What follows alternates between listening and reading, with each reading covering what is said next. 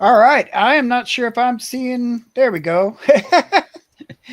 Hey, everybody, and welcome to Monster of the Week with Halfling Wizard Productions. I am MC Henry, and along with me, I have a fabulous crew. We've got a lot to kind of get through tonight, and I don't want to mean that as a we should hurry, but just as a mindset of uh, uh, we might not get to everything that we want to is basically where I'm at. So let's go around and have everybody kind of introduce who they are. And let's start off with John Smash. Are you muted there, bud? Not anymore. All right. Hi, I'm John. I heard there would be milk and cookies. Perfect. Tag the next player. Who else we got here? Jake. Hey, I'm Jake. I also heard there would be milk and cookies. So Looks like I better hurry Henry, to the where are the store. cookies? We need some milk and cookies up in here. Taylor, you're up. Hello, it's me, Taylor. I'm ready for this to start for this to be the start of a very insane journey for my character. Quite in the most literal sense imaginable. There have been promises made. We'll see how it goes. I wasn't promised milk and cookies. I was promised psychological horror. I was promised eldritch beings that will haunt my nightmares. I think I want the milk and cookies. You might. I don't. You. The real question is what's in the cookies. That's the question. Do those lead to the psychological horror? Yeah. Exactly. Depends on how old the M&Ms were hiding out in the back of the cupboard. You dip your cookies in psychological horror. It's the green milk. Taylor, you can tag either Steve or John Patrick Cooper. Let's tag Steve. You weren't here last time, so feel free to introduce yourself. Hello, hi. I'm Steve, also known as Sassy Pants. What do we do? I am a Twitch streamer. I like to play games online a lot. I've been doing TTRPG stuff for about 3 years. I've also run my own AP studio called Pants Tables, where I try to shine a spotlight on underrepresented Asian talent. That's me. Hi. My pronouns are he, him. And I'm going to be playing the host. Very cool. So that leaves John Patrick Cooper. Hey everybody, I'm John Patrick Cooper, game designer, ne'er-do-well. I have to look at my playbook. I'm playing the Initiate. I've got some fun ideas that I'm looking forward to exploring in this game tonight. So thanks for having me. Perfect. And I think we can maybe skip our icebreaker once again. I promise we will actually do those in the future, but it seems like we've kind of already broken the ice with what we dip our cookies into. But a couple people are talking about their playbooks and who their characters are. So why don't we kind of delve into that, and we'll just do reverse order. So John Patrick Cooper, what are you bringing to the table? You said an initiate? Yeah, I'm playing the Initiate. His name's Father Amos Mosley. It's the Victorian era, but I'm kind of fast forwarding a bit in the sense that Father Amos is from the Islas, and he's definitely got more of a Pentecostal snake handler, speaking in tongues type approach to the gospel. And I don't know. Do I need to run down all of the stuff he can do or no? I mean, maybe a little bit. Like, what kind of what kind of moves are we looking at? What kind of stuff are we looking at for that? He's got Mystic as his move, as one of his moves. He's got a Mentor and that old black magic. I've got him like min-maxed for magic use. I have no idea what that means in this game because this is the first time I played it, but I plan to cast a lot of spells. Cool. So let's talk about that a minute. In Monster of the Week, there's different stats, and one of them is weird, and that is what you use as your basis for casting magic. There are for if you don't want to use magic necessarily, there are alternative magic moves that you can take. For instance, I think Jake took an alternative weird move. And basically all that means is that your character doesn't have access to the different spells, but they have a different way that they interact with weird stuff in the world. So I will say a little bit of a correction. Your character still can use magic. It's just going to take more for them to do so. Yeah.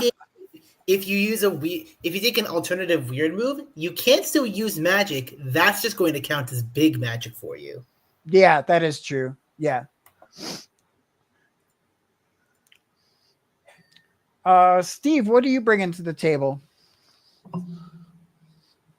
Right. So the host? I'm playing the host. The vibe is, so initially I wanted to play someone like Venom, but as I've been building the character, it's become more of like she's taken a life of her own in a way. Her name is Simran. The vibe is very much journalist, but like more of actual news reporting versus sensationalizing it. And very clearly, they have a very clear stance against people who use media to spread misinformation or do it for entertainment.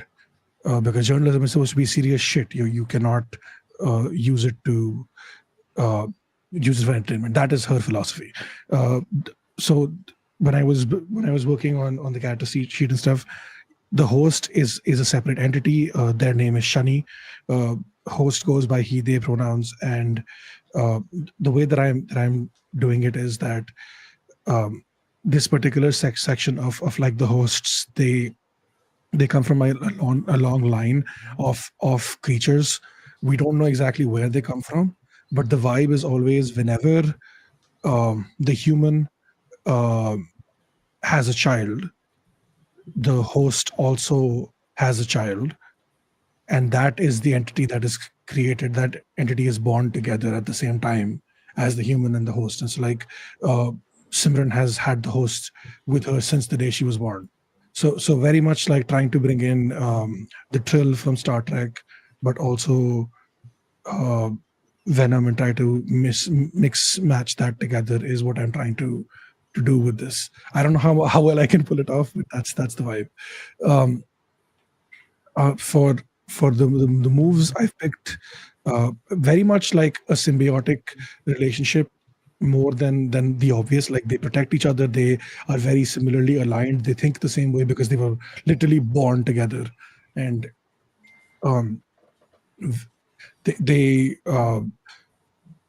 and I'm also going for more like stealth and more of like subtle manipulation stuff instead of brute force. So it's going to be more like working behind the scenes in the shadows, trying to support the others instead of being the face of the group. Yeah.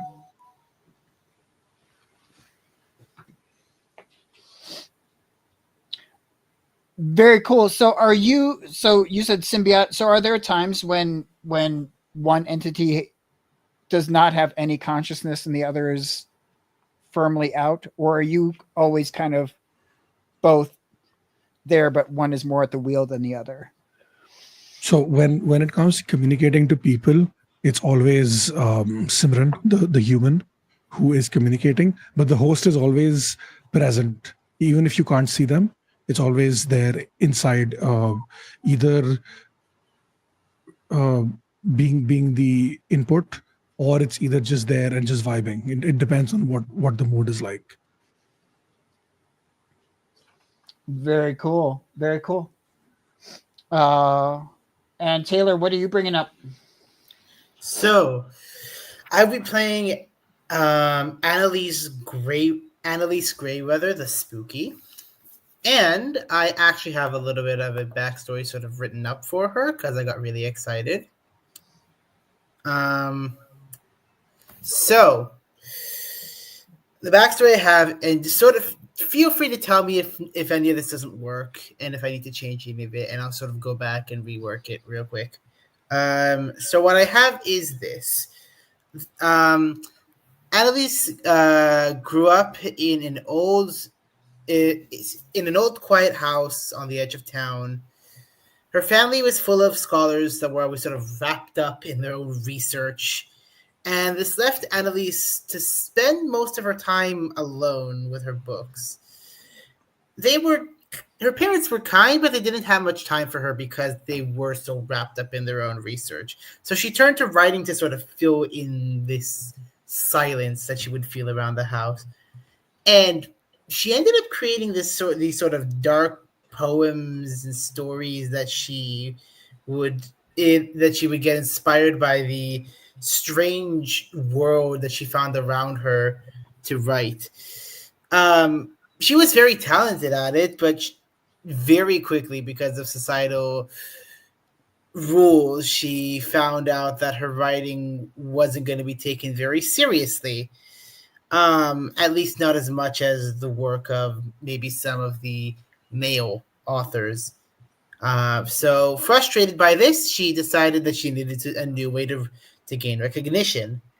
And that is when she stumbled upon an ancient text in her family's library. It spoke of a powerful otherworldly being named Oryx, who could give her all the inspiration she needed, but at a pretty steep price. Desperate for success, Annalise made a dark deal with Oryx, offering pieces of her soul in exchange for endless creativity. To protect herself and hide her true identity, Annalise took on the male pseudonym of William Dorian Blackwood. I love that. I love that. It's a name that's full of mystery and weight, and it helped her gain the recognition that she really wanted through all these years. Under the name William Dorian Blackwood, her dark poetry became, at least locally, pretty well known. Critics began to praise her, and readers were captivated by this eerie strangeness that the themes of her writing would explore. And she very quickly became one of the most talked about poets, at least in Ilvana, maybe even beyond.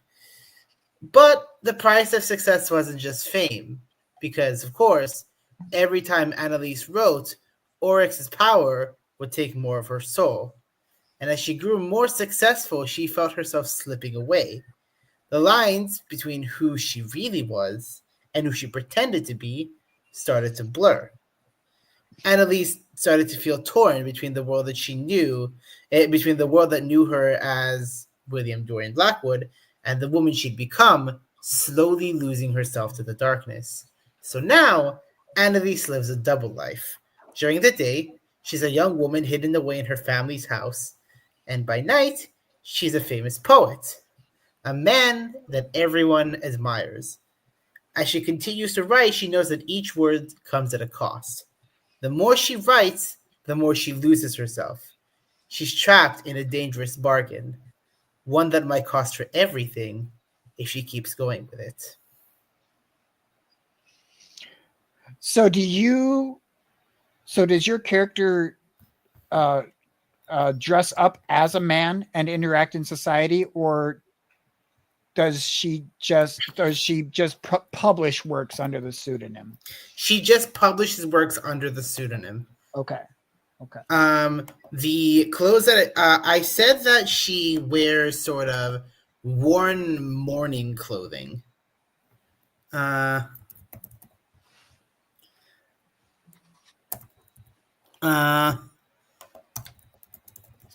Like, it's not like sloppy, but there's like a little bit of decay in the look. Okay. And remind me again, so the spooky has tags that I can pull Dark on. side tags, yes. Yes. So can you To remind make me what do those are? more fucked up shit the more the game goes on and the more luck I use. Those tags are secrets, guilt, and hallucinations. So the way I understand it is that I can pull on your tags to make you, not necessarily force you to do actions, but if you don't go along with that, you can lose part or all of your powers until you've achieved that, right? Until I succumb to your demands, yes. Okay. That'll be fun. That's sometimes Yeah. something I would dip my cookies into. Like I said, psychological horror, guys. Get ready. All right, that brings us to Jake.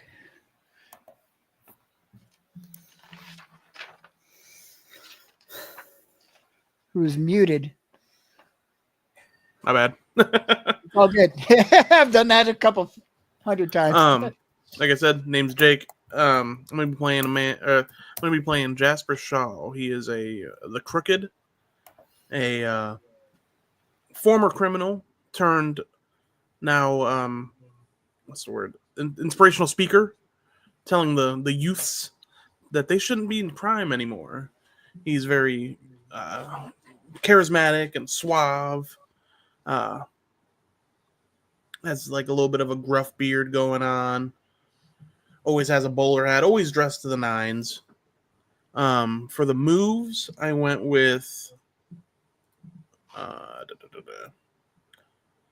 have the artifact, so I have the skeleton key, which allows me to unlock things, and notorious. So I have a bit of a reputation from my time as a criminal. Notably, the fact that I punched a shark in the mouth and killed it, and that's how I earned my freedom. And then for my weird move, I went with Trust Your Gut. So. And for the audience who might not be super familiar with Trust Your Gut, let me just read it out real quick here. So when you consult your instincts about what to do next, you roll plus weird. So there may be times when Jake or Jasper isn't sure what the right course of action is going to do, and they're going to use that to help guide them.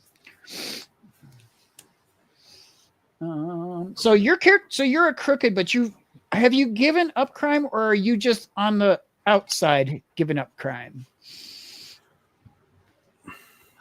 I'd say he still uses his notoriousness to get what he wants. I wouldn't say that he is he's not still robbing banks and holding people at gunpoint or anything like that. But there's some shady dealings that he gets into, I'm sure, setting up contracts, and he's more of a white collar criminal now, as opposed to he always has that edge of I'll do what I want when I want to. And whether or not you like it, it doesn't matter.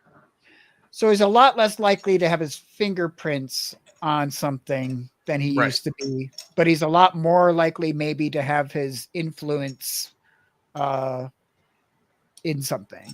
Correct. Very cool. John Smash. 2d6, right? What's up? 2d6, right? Yes, 2d6 for everything. And we'll get into that here in a second. Hi. So I said that my word was smash, and that was my character was going to do. So I embraced that fully. His name is Sam Mahash, and he is a local plumber, raised by the old ladies at the orphanage, taken in under a work-study program by Mario Murillo and her sister Luiso Murillo. And good guy, just wants to work and give back to the orphanage that gave him such a great opportunity. So what playbook did you take for that? We took the mundane. He doesn't know Okay. anything about the craziness that everybody else is going on. He might have seen some things, but he doesn't process them very well. And the mundane is fun because the mundane, so there's something in Monster of the Week that is called luck that we've mentioned once or twice, but basically for the players and the audience, you have a limited number of luck points for each character. There's 7. And for most characters, they can only use those 7 before they become doomed. And doomed is basically exactly what it sounds like, where everything the player does is going to turn against them. Now, there are certain ways to erase luck points so that you can use them again, but the mundane can kind of do that a lot quicker than other classes can. Oh yeah. So, yeah. Oh, so yeah. we might see Sam Mahash character using twice as many luck points as anybody else. We probably because- will. Just because for them it's it's just more luck. And part of the reason for that is because they are more mundane, so that they are a little more vulnerable to the scariness in the world. But I think Taylor, you said that you wanted to mention what moves you had. Yeah. So yeah, just because everyone else did and I didn't, I got a little bit jealous that they got to show off their cool moves and I didn't. So the moves I got are the sight, which means I can see things like the invisible and ghosts and spirits and magical influences. I can also communicate with them. And use this to spot clues. And also, potentially, see hallucinations with it. I have premonitions, which means at the beginning of Mysteries, I'll get some weird visions about things that are going to happen in a little bit. And then, this is one that I usually actually don't end up taking when I play the Spooky, but it'll be fun to see. I took Jinx, which means I can encourage things to happen the way I want, which will probably, the way I'm imagining this manifests is I like write things into existence. Okay. Yeah. I mean, if so, you think you do this with a will? Your Jinx, you do this purposefully?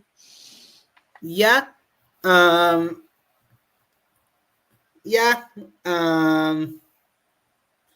This kind Like of maybe Death she, Note like- style, where you like Sort write the of. thing in the book, you write the thing in the poem, and it happens. Yeah. Very cool. What moves did you take, John Smash? Well, I wouldn't be a good mundane if I didn't take Oops. Aha! Yeah. Oh! Go. I will learn to hate this character, but I am a big fan of him as well. Every Monday GM ever, I will learn to hate this character. Read us off what Oops does, because it's a lot of fun and maybe not everybody knows what it does. Oops lets the mundane stumble across something important or useful to the current mystery that may or may not be related immediately, but part and parcel to the current mystery somehow. And this So is the just way- whenever they want. And it's Yeah. it's once per mystery, once per session. Is it? Pretty much, yeah. I gotta read this again because I would have been doing it wrong then. Yeah, I always thought it was kind of like, I mean, not like Willy-nilly. every other action. It doesn't say it's once per session. Yeah. Huh. Okay. It just says well, if you want to stumble across something important, tell the keeper. That's it. well then. And my understanding is that it could have nothing to do with the current mystery. It's just something that you find. Something useful, although not necessarily related to immediate Yes. problems.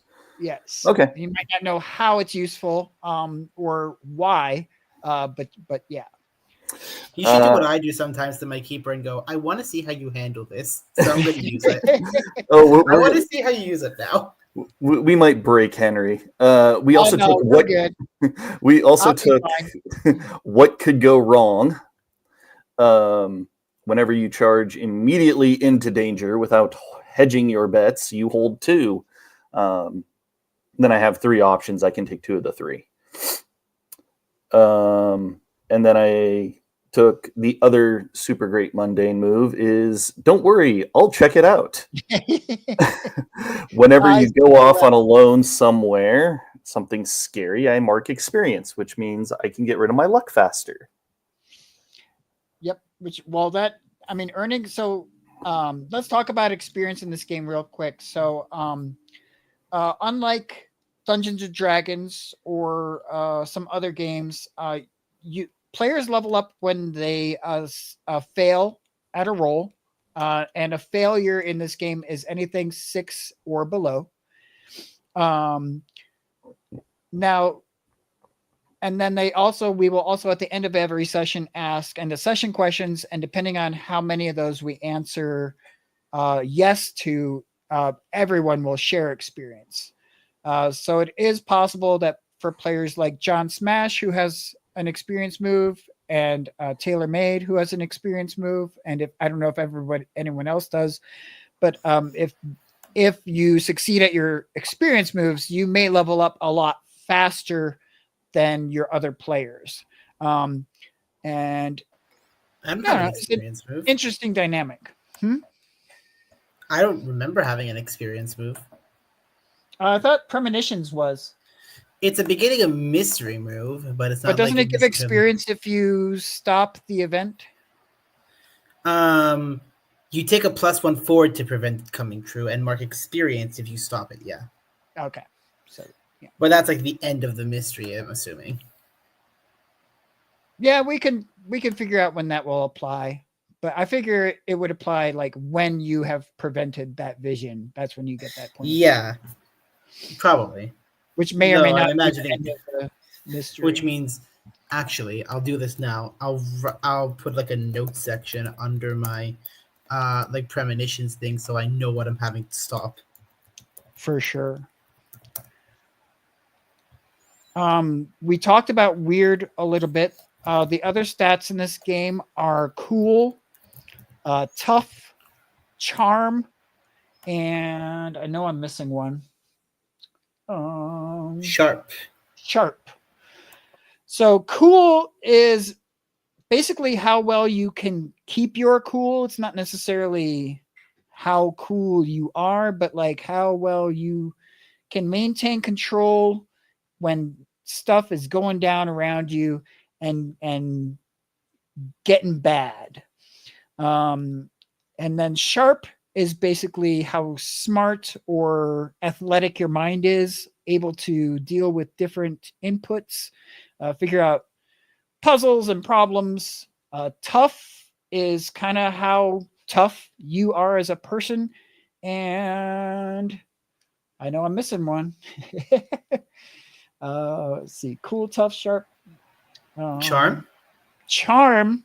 I mean, that's how charismatic your characters and how well they are able to sway and convince NPCs and PCs around them to do what they want them to do. Anybody have anything they want to add on to that?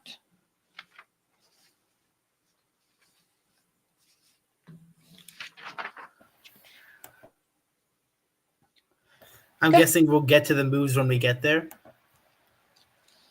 Okay, the linked moves to the different stats. Yeah. Do we want to Yeah. just like get? We'll get there when we get there. I think we can get there when we get there, as long as the Okay. audience is aware that they have. So each stat is tied to different particular moves, and that is what the players will be basing their rolls on from their dice rolls. Should I tell you about my sect? Like the Yeah. traditions? Yeah, All right, let's go for it. I don't have a name for the sect yet. Okay. But we have magical lore, magical items are our good traditions, and our bad traditions are tradition bound and strict laws. So I might be all like, yo, let me get some magic weapons. Stuff like that. The sect of magical magic. Yes. So do you think your sect is pretty hedge, like in the outskirts, or do you think you're more? We're in the outskirts. Like the way I see it is it's like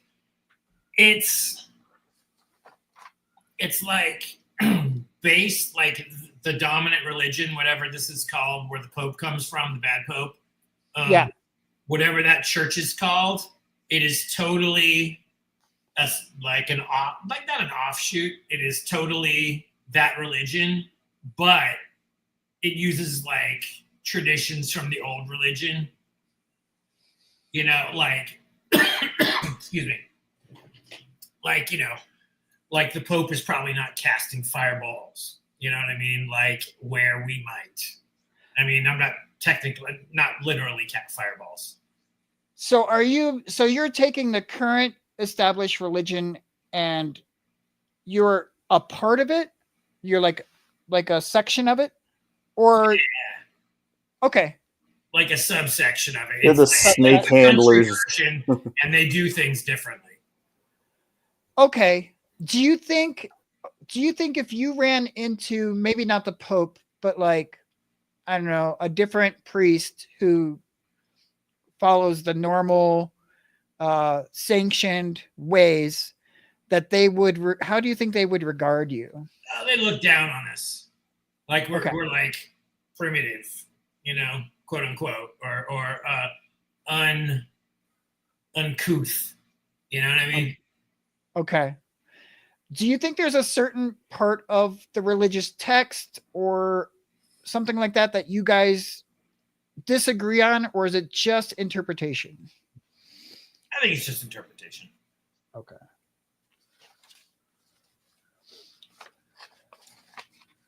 And how would your sect in general view those other people who are from the more traditional bend?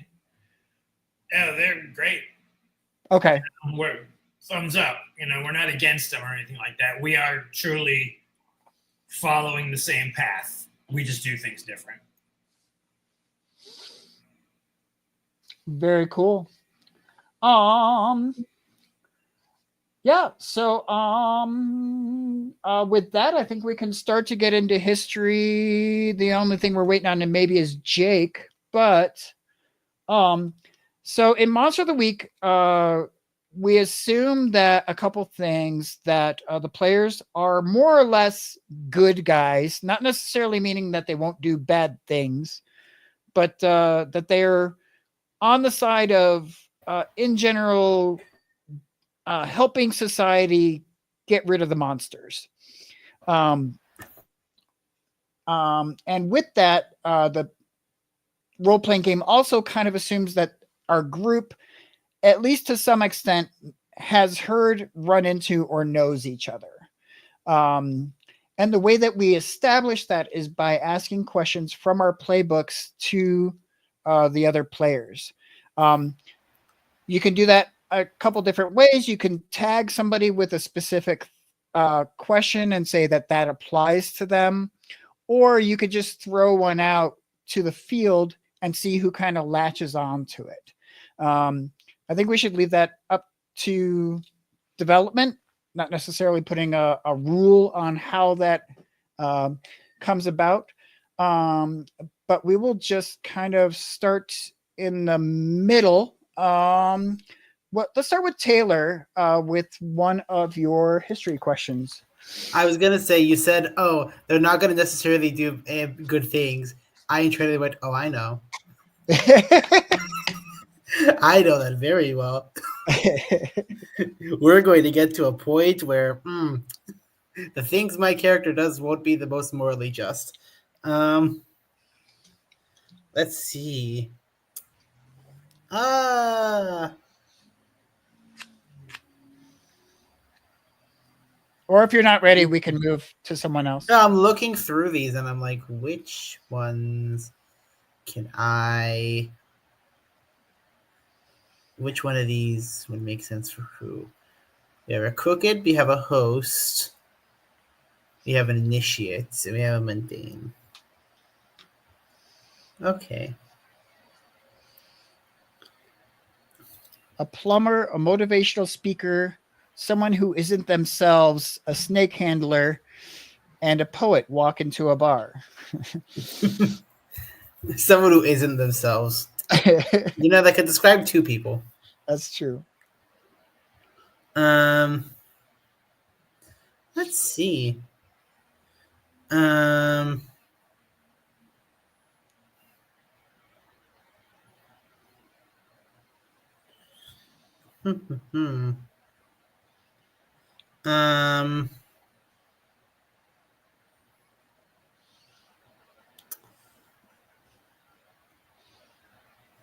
you want us to come back to I you? think that I'm gonna have to become familiar with the names of these characters. I'm not familiar with them yet. But our initiate, I think it would be fun if I think it would be fun if I use my powers on you one time.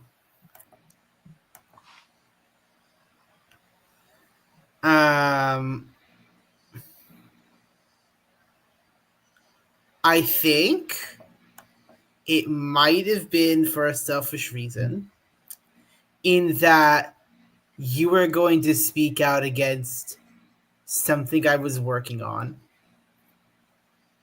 And you were going to say maybe it was too dark or too demonic or something like that. And I maybe just so happened to encourage coincidence to make the speech go wrong and mess it up for you. Yeah, it's fine. It's totally fine. There's Father Amos. Father, could you write it in the chat? Yeah.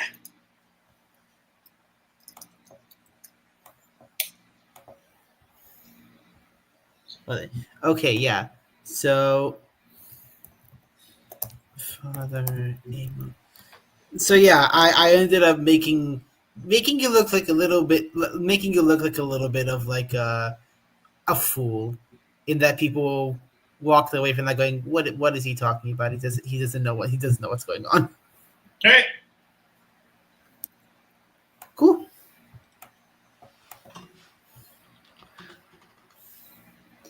How do you think that speech went for? How did you feel about that speech? Did you know that happened, or did I know that? I know somebody put the whammy on me. Maybe I don't know that it was Taylor's character. Well, I guess if I was going to speak out against whatever they were into, I would have a good guess.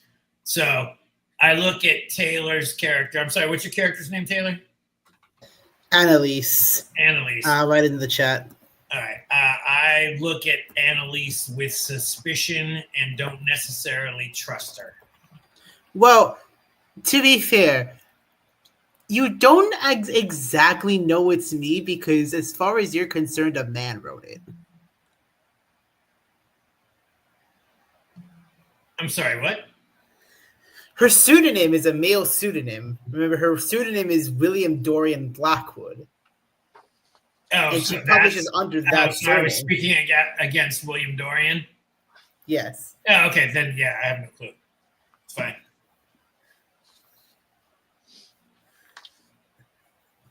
Let's go to Steve with a history question. Okay, so the one that I was thinking about was because one of these says they used to bear the symbiote before you did, and that one doesn't work because of the backstory I've built. So I'm gonna remove that from the list, and what I'm gonna pick instead is you have been friends since you met over a shared relaxing interest. Decide what it is. Was this before your symbiosis? If not, which part did they meet? So it's going to be after the symbiosis, of course, but a shared relaxing interest. Would anyone like to pick up this, or should I just select someone?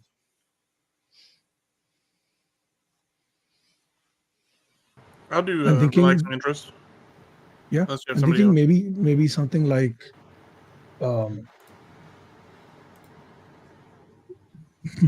maybe they like to like go to the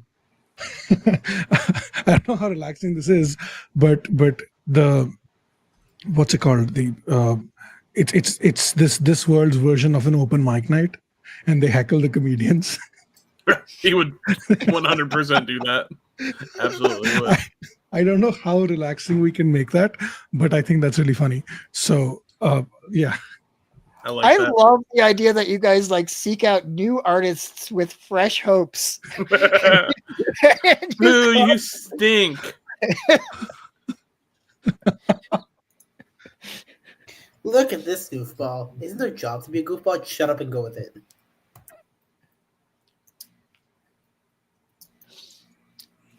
Let's go to John Smash, who is the only one who hasn't been tagged. I think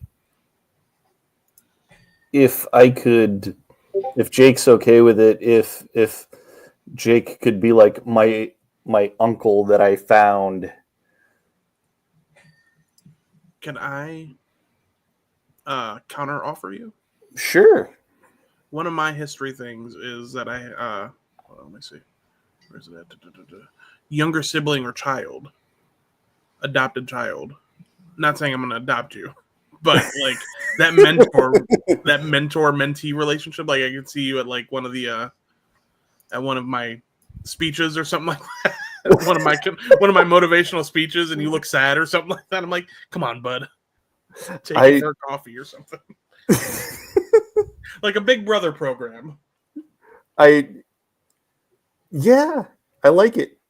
That fills both our roles, I guess. So you're my big brother helping me build my plumbing business. There we go. Your motivational speaking. Hey, he helps you build it. Might break some kneecaps while he's doing it, but he helps. If they don't like your work, here's what you do, kid. If they don't like it, they're not going to pay. You go and you smash up the work. You smash, you just, everything you just did, it's going to break your heart just a little bit. But it's going to teach them a lesson. Oh, no, not to mess with you, huh? Yeah. I love We've it. gone from Victorian England to New York. I love it. Oh. Perfect. I didn't mean. Let's to make get a another second one gangster with character. the initiate. All right. This is a good one. You fought together when the tide of monsters seemed unstoppable. Ask them how it went. I was thinking, like, it seems like Jake would be the right guy for that.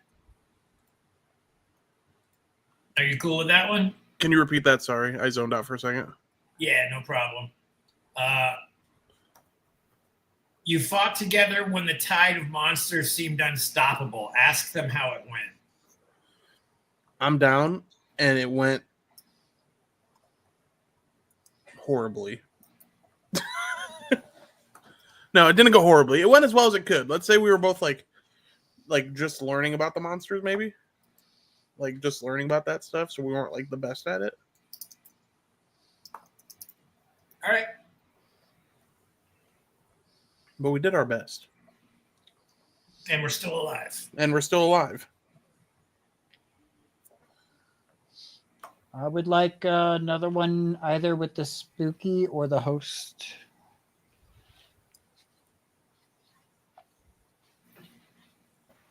Like another one from us or a connection to us? Either. Well, yeah. Either way. If yes, if you want, if you want to throw another one out, Steve or Taylor. I was thinking one of the ones that I really liked was you'll protect them before anybody else. Do you know why you act this way? Ask them how they feel about it. If you're okay with this, Taylor, maybe Simran knows that you write under a pseudonym. I'm thinking of it like Simran is like a super fan of William Dorian Blackwood, and somehow has put two and two together and figured out that you write under that name. Okay, actually, if you want, we can make this wholesome because one of my ones is you're old friends and trust each other completely. Yes. Okay, that's great. Okay, so we have that one super wholesome connection of we're just friends and you're like my number one supporter. Yeah, okay, that's even better. I think maybe it's like we've known each other since we were kids, and when you start writing under the pseudonym, you told me about it, or something like that, instead of me figuring it out myself. And okay, that's great. I love that. It's wholesome for now. Yeah. Could you remind me the name of your character? Her name is Simran. Simran. Simran. Okay. When you play Monster of the Week, like at a table, every character is supposed to have history with every other character. I don't know if we want to go through all of that, or if we feel like we have enough, or if we want to all maybe do one more. I have one that I wanted Taylor to fill, if that's possible. Sure. Yeah. Sure. So one of my things is the hunter knows about your criminal past. I was thinking maybe you could have seen like premonitions of what I've done before. Okay. I don't know if their premonitions work that way or. Okay. Yeah, they could. The premonitions are like to see like bad things that are yet to come, so that Okay. could happen. What have you ever seen the Vampire Diaries by chance? Not recently. But you've seen it before? Yes. Do you remember at the beginning when Bonnie touched Stefan and she just felt like he did some bad stuff? No. No? Well, fair enough. I was going to say, it could be something like that, too, where you just, like, were the first time we shook hands or something like that. You're like, oh, shit, this dude's done some messed up stuff. It's just like I got bad vibes from you. Yeah.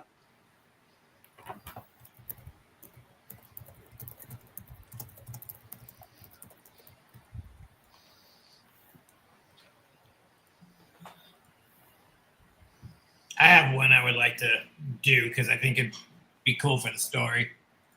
Sure. They're described in the prophecies, but the role they will play isn't stated. I think that's kind of a good question. That's for who? Maybe Simran. Oh, prophecy. That is really cool. I like that. Okay.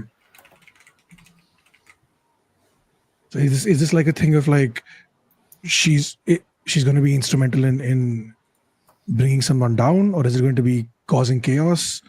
Is Well, this it a good says prophecy? Or? that you're described in the prophecy, but the role they play isn't stated. So you're a player in it, but we don't know what's happening. Okay, I love that. I love that. I like because you've got that dual personality kind of, or not personality, but dual identity. So I think that's a nice play into a prophecy. Yeah, I think that's really cool. I love prophecies and things you can do with it. So that works as a player as well.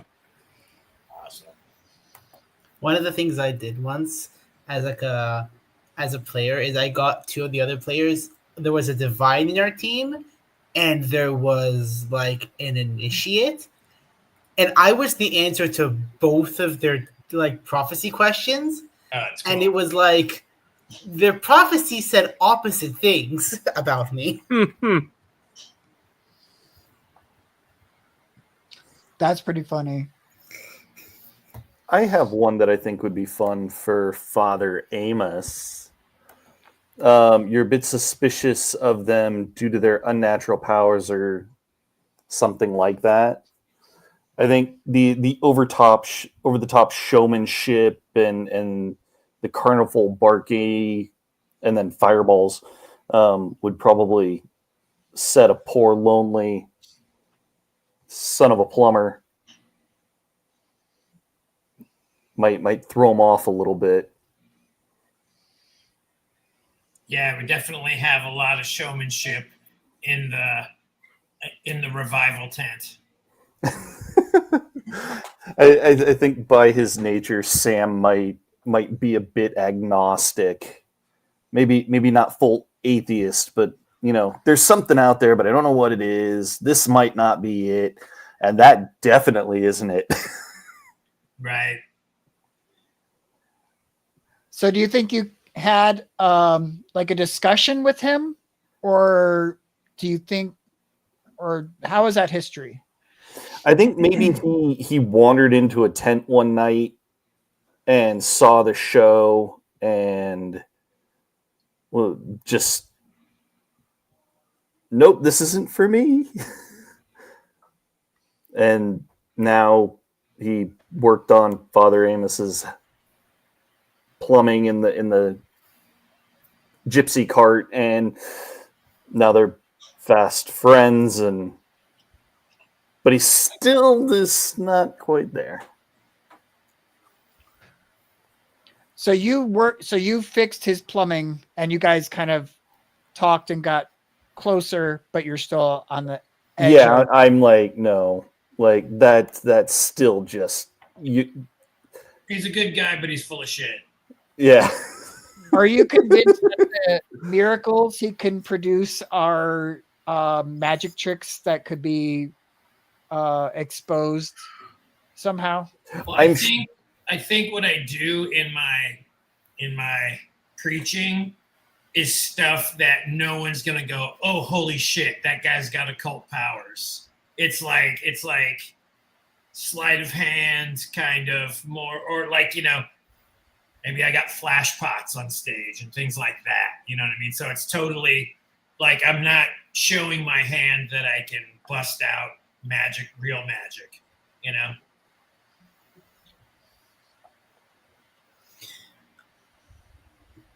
I think I'd be sorry. Go ahead. I think it's fun. You're not. Yeah, Sam would see through some of that, being a more practical guy, a little more grounded. I have a history that I think I would be interested in someone taking. That being, you've known each other for some time, but since your powers manifested, you keep them at a distance emotionally.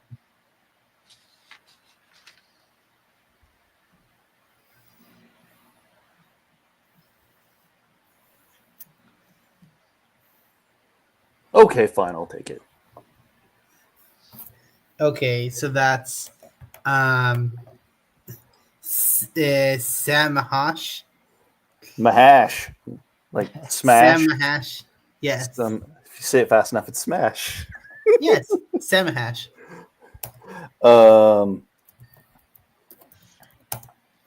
Could I have said, how I haven't initially rivals, but now they both respect each other. I think that would that kind of work as a back and forth with that. No, I just have a good friends. I was There we gonna go. say, if you did the rivals thing, you were like, if you were gonna go with the rivals thing, it could also be a thing of like she keeps you at a distance emotionally, and you go, "Did I go too far? Did I do something?" Like, I don't. She's being, she's being super like cold. I don't know why. either one of those work. I'll just say good friends and like, can we And you're hang just out? like- And you're like, no. But can we? She's like, I'm busy with You promised me research. you would help me with my nails. Look at these things. They're got I 6 know, inches but of- I 6 inches of I've- crud. I mean, I've been I- between research and sleep, and I'm not getting a lot of the second one. all I've been doing is scrubbing scum tanks. I need some help. Please, just one manicure. I'm not even asking for the petty, just the mani. Did those exist at the time? I They do now. probably, yeah. I would not say that they existed like widespread, but I'm sure that there were people whose Like high society got them. Yeah. So I Well, don't you see can't- why we couldn't Annalise have- came from high society, right? So She came from like a house of like scholars, so maybe. yeah. I'm just kind of laughing that the plumber thinks that this weird girl is just going to help him with his nails. She Maybe used to we, visit like, the sort of- orphanage. Maybe we sort of bonded, like like when your father came to like work on some plumbing at my house, and he was like, "Just stay here and don't cause any shit." And you just started, and then like you started hanging out with me because your dad wouldn't let you do anything. It was the ladies, Mario, and Luiso Mario were my mentors. Get it? It sounds like Yes, Mario. yes. I'm- No, the first time you said it, I have to say, it reminded me of one of the funniest things that's ever happened to me in one of my literature classes, which is we were reading some kind of text, and like, one of my classmates ended up pronouncing the word "morso" for some reason as "moriso." And we were all like, yes, Moriso, my favorite Shakespeare character.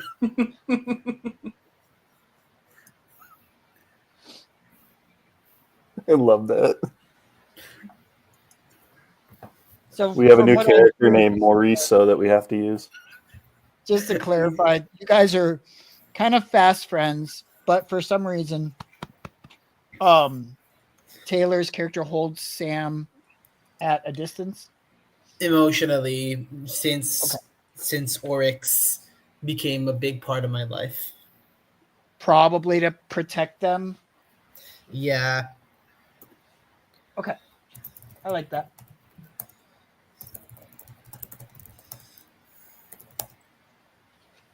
Any other history people would like to bring in? Let me just write this down.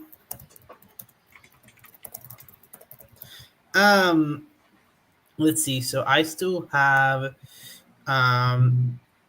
Jasper that I still haven't made any histories with. I think Yeah, we did. No, on my end. Oh, gotcha. So let's see.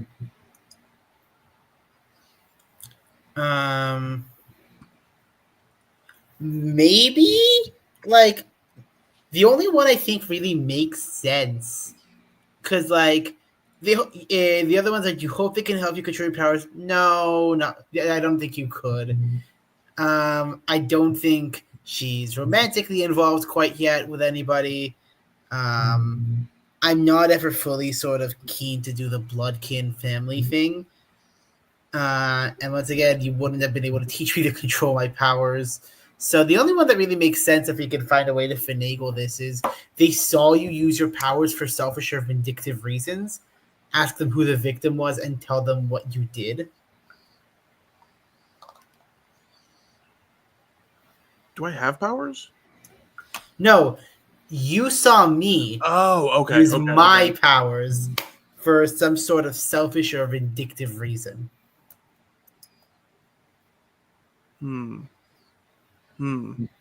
Okay.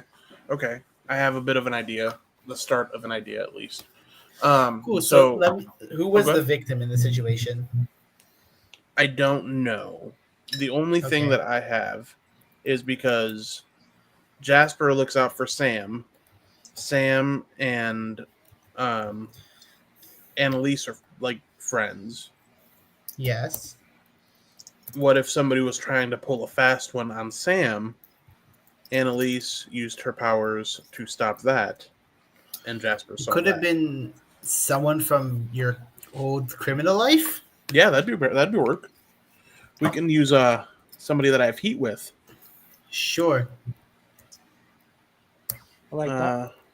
Agatha Sinclair. She's my rival. Ooh. Oh no. Oh, you have a rival. That's fun. Yeah, sure. Is her thing like con manning or whatever? Mine? No, Agatha's. All I have for her is that she's a rival for my background who never misses a chance to screw me over. What kind of crooked did you pick? I'm What kind the of job did you do? the background I have is grifter. And Oh, I have plus charm and cool and sharp. So he's charismatic and pretty manipulative. oh. So then she probably is as well. So yeah, that works.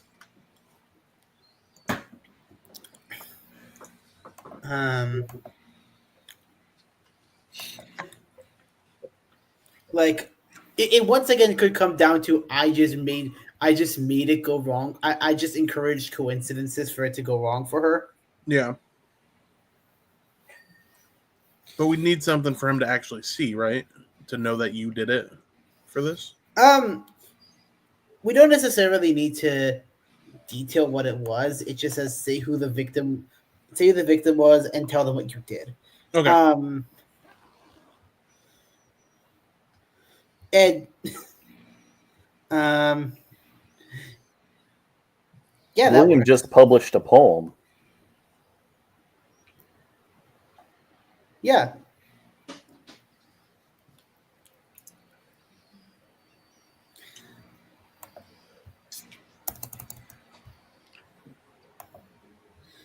So let me write that down. What was the name of the rival? Agatha Sinclair. Agatha. Can I throw something out here? So you're a motivational speaker, and you Yep. kind of focus on the youth, right? To Yeah. try and steer them away from a life of crime. Yes. And Or anybody. Like, it's not just high school. Like, my thought is it's anybody that wants to come, but mhm, like he'll do like you know how high schools have motivational speakers that come every once in a while. mhm. He also does those type deal. And I think Agatha amassed some physical amount of evidence against you that she was going to present at one of your speeches. That I'm still doing stuff. No, well, that when you were doing your speeches recently, So she has evidence. Well, she has it's- evidence from before. Now you've been forgiven, but maybe you don't talk about that stuff. Or well, no, maybe he would talk about the stuff that he's done before. okay. As So maybe hey, she has don't- evidence on some of your recent dealings. Okay. And somehow Taylor made it so that all of like the evidence that she had like got burned Disappeared? or disappeared. And you saw this happen, like you just saw like this very calm day, and this like weird rip of wind just snatches these papers out of her hand and spreads them, and you're pretty sure you know why. Okay, I like that. However, the only reason Annalise was helping Jasper or helping anybody was because it was helping Sam, not Jasper. Because Jasper, and Annalise don't have a relationship. They're like, why would Annalise be doing that for me? You know what I mean? That's true. My business Especially license after- wasn't going to go through. My contractor's license wasn't going to go through because Jasper was pushing greasing some palms to get it go through faster. Okay. Yeah. It was minor, but it was still like, Sam got a 69 on the test, and you got to get a 70. Right. And Nice. Gasper was like, here's a shot, here's a couple gold. We can make that a 70, can't we, Professor Right. Wrench-wise? Professor, what's your face? Yes. I like that.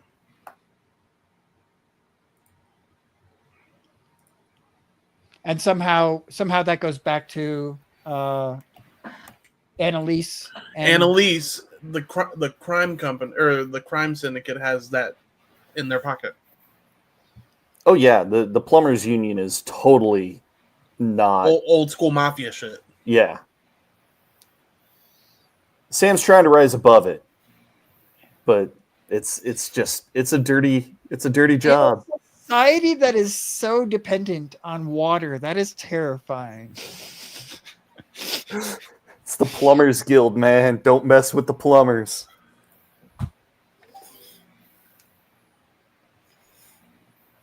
Does that work for everybody? Works Yeah. for me.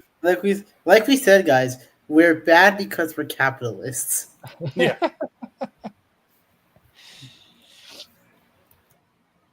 All right. Anybody else want to add history? I just wanted to get the thing with Father Mosley, because there's a prophecies there somewhere. Do you think this works from my end, which is they seem to always be watching you? Ask them what they're concerned about, and how do you respond to this surveillance?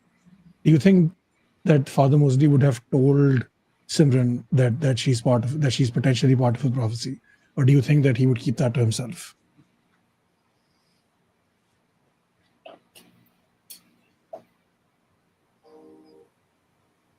Are you there, John? Oh yeah, I'm sorry. Can you repeat that? Yeah, sure. So one of my history things is they seem to always be watching you. Ask them what they're concerned about, and how do you respond to this surveillance? So I wanted to know if Father Mosley would have told Simran that she's part of a prophecy, or would he keep that to himself for now?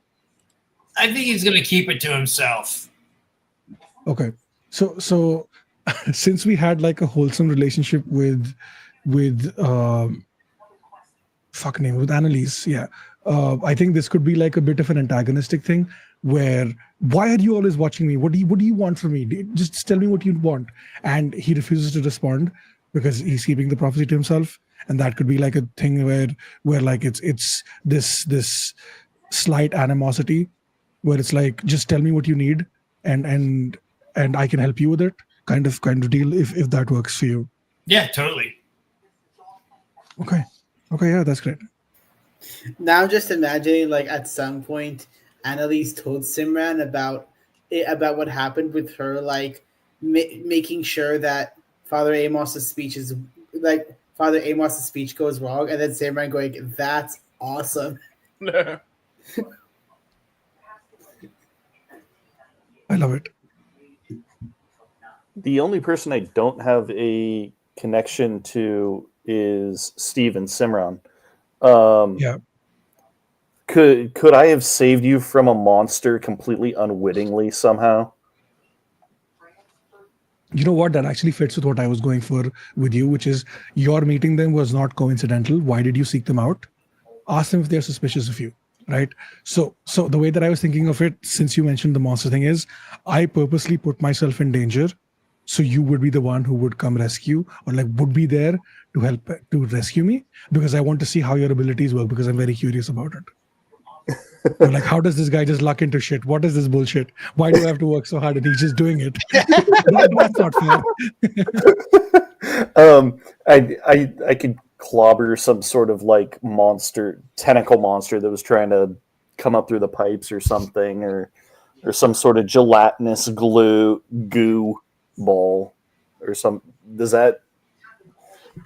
You hired me to come fix something, and you harvested some bad thing. I love the Yeah, idea yeah, that that works. you are like basing your future life existence on the hope and prayer that That this dude. A basic everyday plumber who just got his license by cheating now.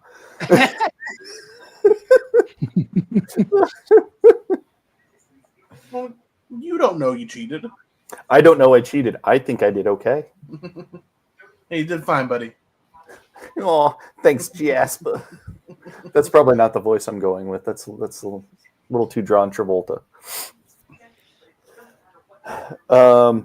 No, I love it. Let's keep it being definitely not in New York and Victorian England. we accept all accents and varieties here. Was hoping to go for a Chris Pratt Mario, but I don't know if I'm going to hit that. We accept people from all from all backgrounds. If you stand out like a sore thumb, that's your fault. Okay, so I think Simran found some flesh-eating goo. That's a good monster for the world, right, Henry? Sure. Okay. I'm down. Gelatinous flesh-eating goo, and I beat it off with my... You beat it off, huh? No, I was. Lucky goo. Yeah, it is. Listen, you're into what you're into. We don't judge. You don't here. king shame. I used my mighty pipe wrench to Use your mighty pipe. You're not helping your situation. You really aren't.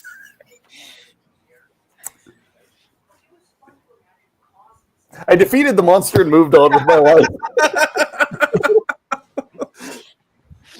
Yeah, we could fill the details maybe more specifically later. Fade to but I black. love- We're done. Fade to Fade to black. Fade to black and moving on. It's a little doo-doo-doo.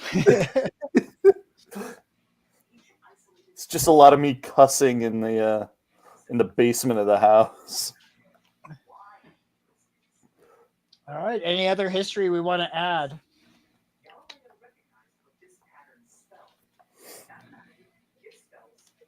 I have all my 4 things. I'm good. Okay.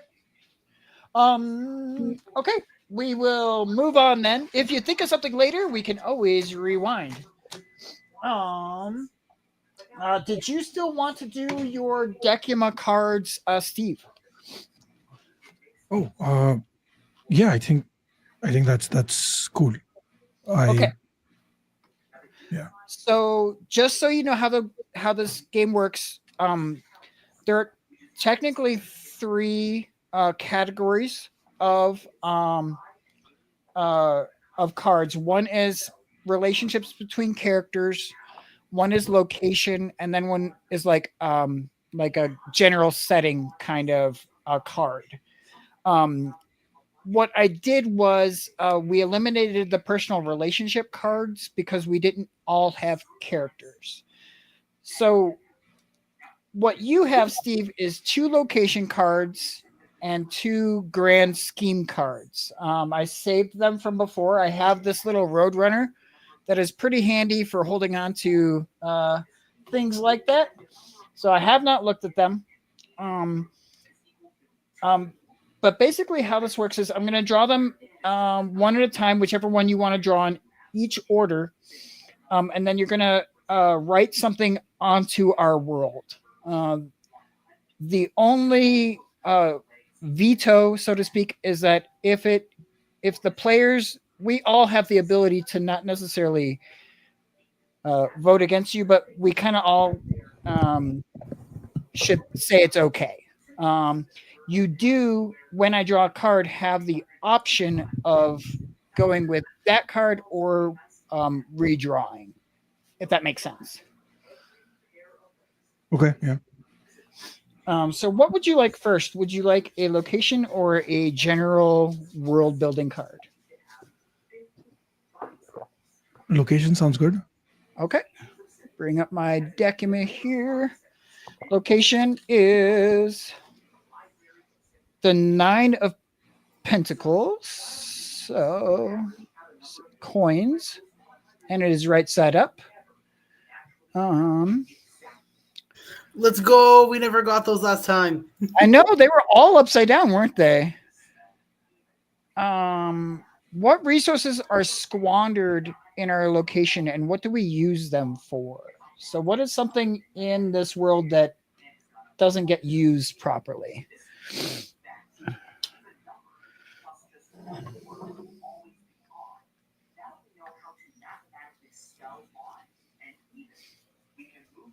I'm trying to think of. If you want a different card, I can give you an option. No, it's not about a different cards. Just I'm trying to think of something that is not cliche, but like something like I don't know. Is people the right word for it? Where like everyone is so involved in like making money or being the most successful or like I don't know, just focused on themselves that they forget to pay attention to the people around them. And like a lot of issues that stem from that is families are unhappy because the parents don't care about the kids. The kids are forced to do so much work and other things, not just in school but also when they come back, that they don't have time to talk.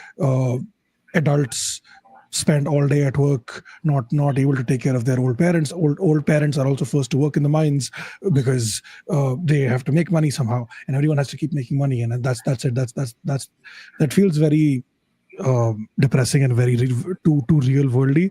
But if that works for everyone, I think that's what I'm. So I think the word you're actually looking for is like community, like the sense of community is not very strong. Yeah. Like everybody's focused on themselves. Yeah. I like that. Is anybody not okay with that? Cool with me. It kind of fits into the everybody trying to pay their way to be the 10,000. Yeah. And it's just like every moment of the day you are like expected to be doing something. Well, except for the first Friday. Yeah. When we all have we have our kegger. Yeah. Okay. I think you have been voted approved. Steve, what card would you like next? You said there was location, and what was the second one? You like a general world building kind of cards. Yeah, I'll take that one. Okay. The star also right side up. Looks like this is where they all went, apparently. Steve's getting all the fun ones.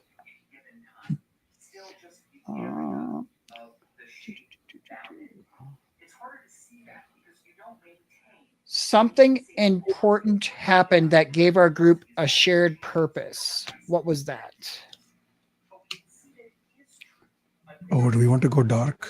Let's go dark. There was a 6th member of the group who died. Horrifically.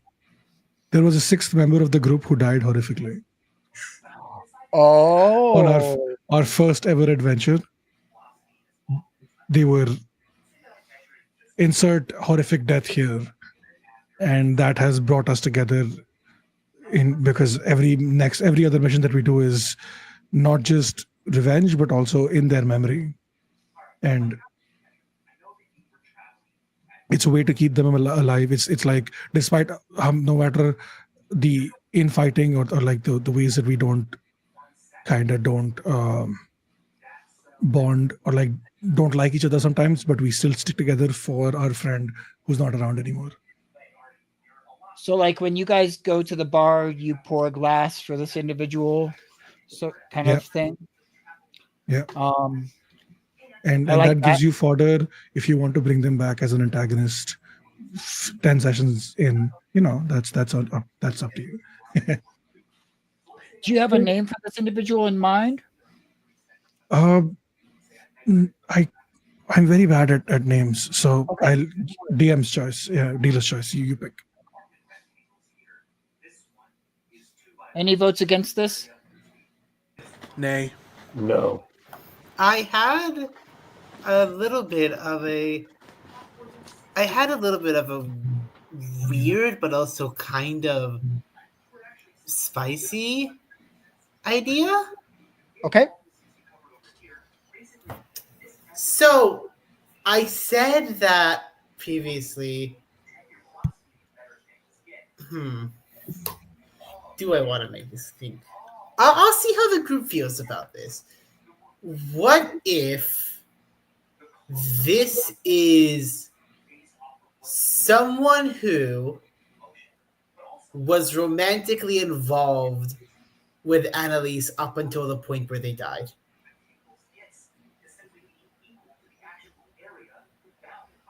I'm okay with that. That's fine with me. Perhaps they even died like in trying to protect her. Do you think that would have Yeah, been like I'm a okay with that. fiance or just like a love interest or a husband or It would have been like some kind of like person who was actively maybe like a boyfriend sort of status. okay, but like a long steady relationship? Yes. And their name was William, and that's where the name came from.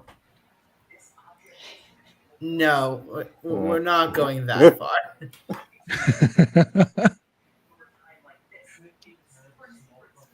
All right. Steve, you have location or grand scheme? Location. Location. Oh, I knew it was too good to be true. This is upside down. Oh. There they are. Yeah. Ace of Swords. Our location has a place that you feel is cursed or bad luck. What is it?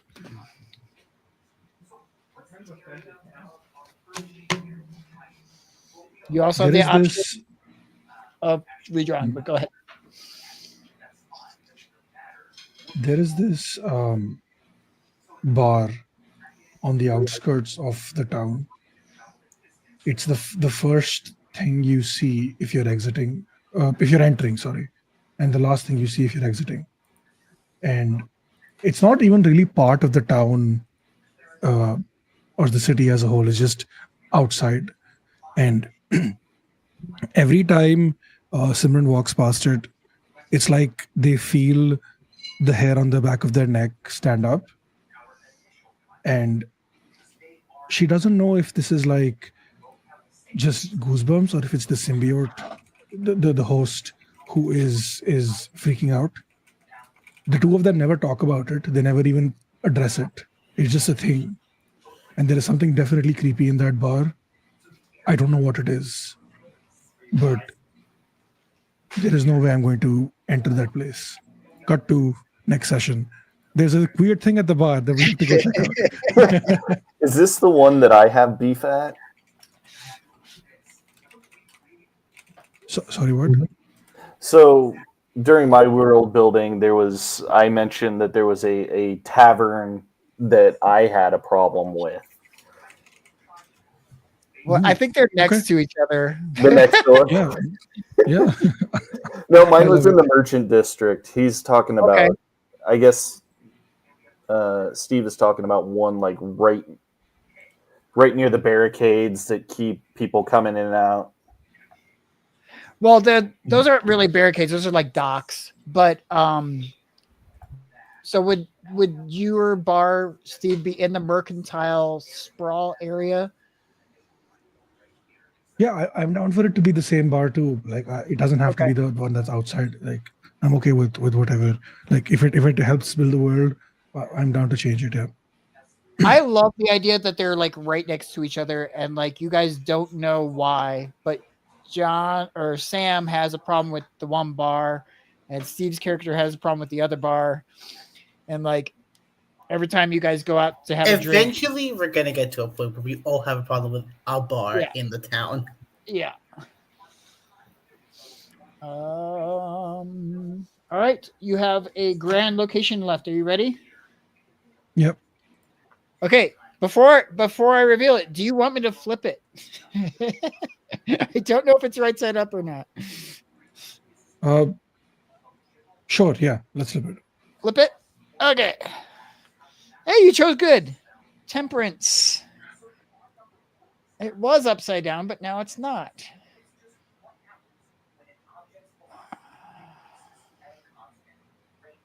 Temperance. Our group talked our way out of a serious situation. What was it and what happened?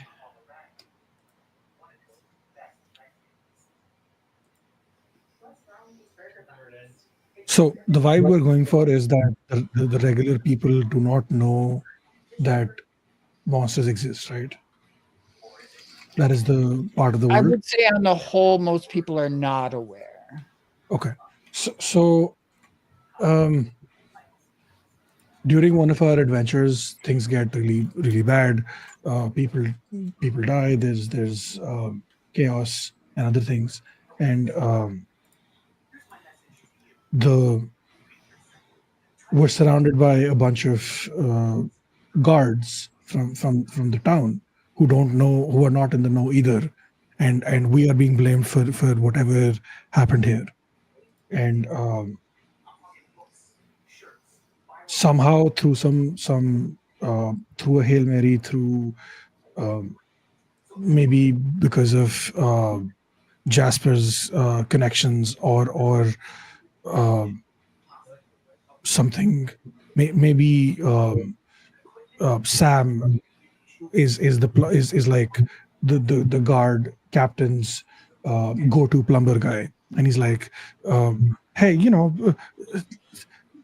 hey, look at me. I didn't like I couldn't be the one doing all of this. Like, me. I don't know if that works, but like No, something like that. We It works. I see the scene from Ghostbusters 2 where it's like, hey, we gotta go here. We got this thing. I got the city breathing down my neck, and I gotta do the thing right here.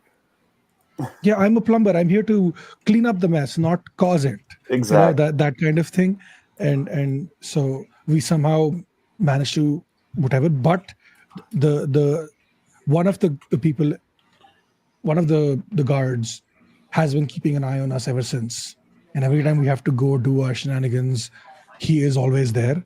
And it's like we have to navigate that as an extra obstacle while we're trying to deal with the master's problem. That is what I'm thinking.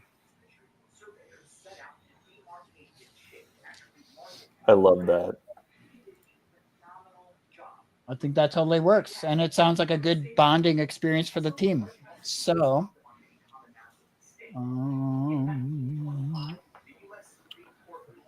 so you have one choice left. And so what I did is, because we only had one major arcana left, is I shuffled the major arcana that were drawn and I put one in a pile, and then I shuffled those two cards so that there's at least some variance. So you do have one more choice, though, of a world, a grand scheme, or another location, whichever one you would like. Let's take another grand scheme. Okay. Inverted the world. That doesn't sound good.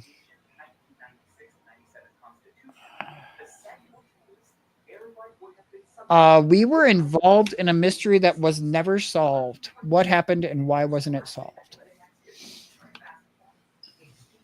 I think we can tie this back to the first thing about like the sixth member who died, where we still don't know how that happened. We still don't know what monster caused it. And because it was so serious and we had to get our friend to safety, because in the moment it looked like they might survive. And so we had to get them out and get them to safety. And in doing so, we did not clear out the monster, and whoever or whatever that thing is still running wild, still hurting people. And that is something that we talk about a lot, because obviously the priority was and should have been to help our friend, but consequences. And the consequence is that this thing is still alive and kicking, and it is our season-long arc to take it down. I am into that. Any votes against any of those things? Nope. No. All right. Well, that was fun, guys. I'm glad y'all joined me for Monster of the Week. So we'll do a fond. Oh no, I'm just joking. I don't know how to do those things well.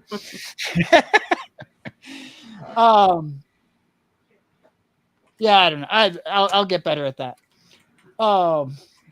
That's my really horrible fake ending for you there.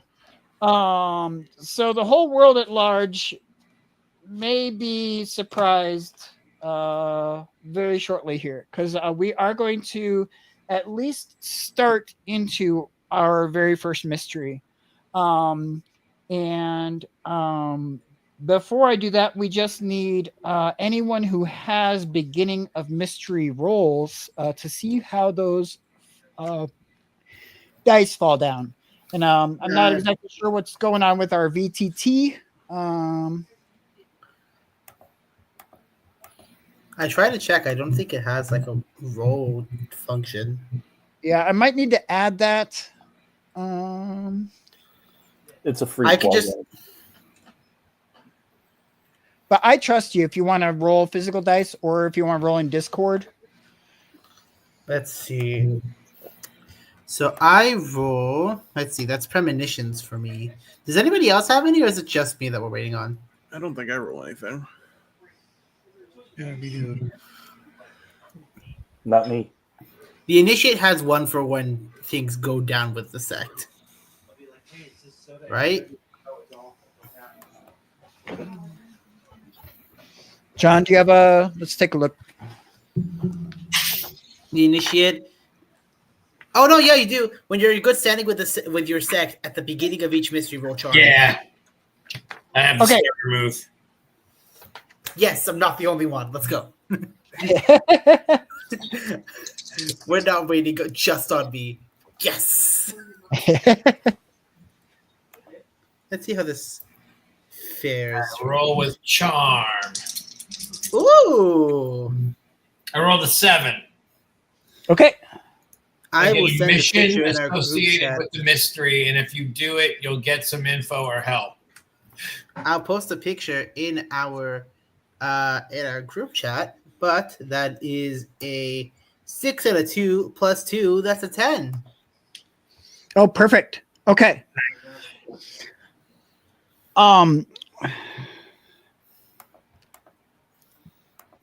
So I think, John, I'm going to give your character the mystery or the mission kind of after our opening set, because they're not going to have any foretelling of it.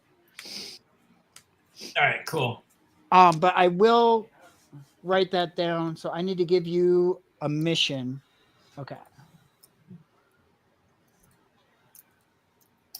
And Taylor, I am kind of glad you rolled a 10 because I wrote out what your thing was, and I figured if you messed it up, I would leave parts out. But now I don't have to leave any parts out.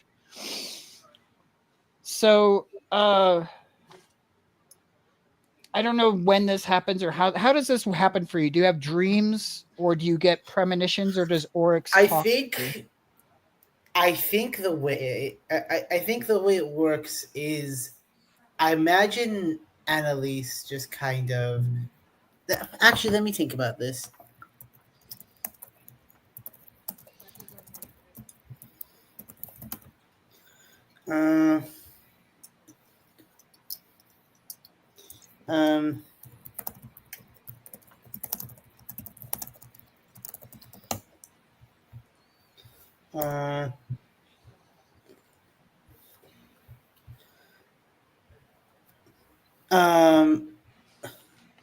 Maybe I imagine it's sort of okay.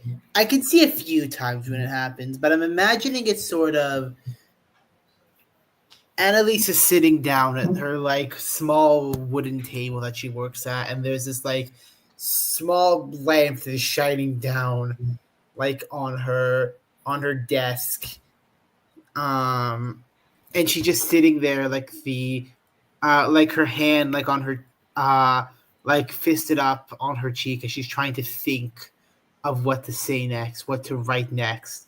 And as she sort of like drifts into this daydream, that's when this premonition hits her. Okay. So as you're daydreaming, you see you're in some kind of a ship. You're looking outside of a porthole, and there's a massive storm raging. You hear in the background like a whining noise that's getting louder and louder. And you turn around, and you're not sure if you're in the same room or not, but when you turn around, a figure wearing dark robes enters the room. And when you turn, they lift a gun directly toward you and they fire.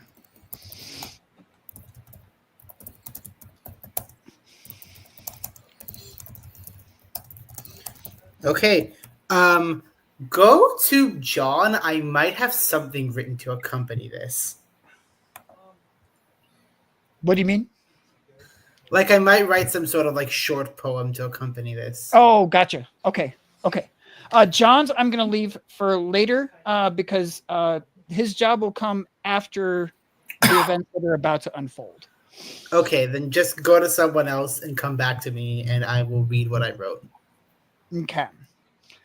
So here we go. It is Casking Day in Ilavania. It is a celebration other cities may try to emulate, but there is a reason that they say Ilavanians don't know what the bottom of a glass looks like. In the past, the city would toil for hours filling up the reservoirs, hauling casks on ropes up long gangplanks, and then taking a glass of wine after a hard day's work. But the task is easy now. Partially automated, and fresh water flows freely in our Victorian city. And the denizens still enjoy that glass of wine at the end of the day. For some, there are 5 glasses, and for others, there are 20 or more. On the bridges, people play music, busk, and celebrate. Even our most business-oriented people and brisk individuals cannot help but crack a smile as children tumble down in empty casks along the cobbled and metal bridges. And that is where we find you guys. On one such bridge, not necessarily together, but happenstance has placed you fairly close to one another. What is everybody doing? So it's Cask Day, right? Yep. Okay. There's a big party going on. The work has already been completed. There's music everywhere. People are celebrating. If it's okay with Sam, I'm gonna be picking him up to accompany me to Cask Day. Oh heck yeah! I'm freshly showered and shaved, and first time I've smelt good in a month.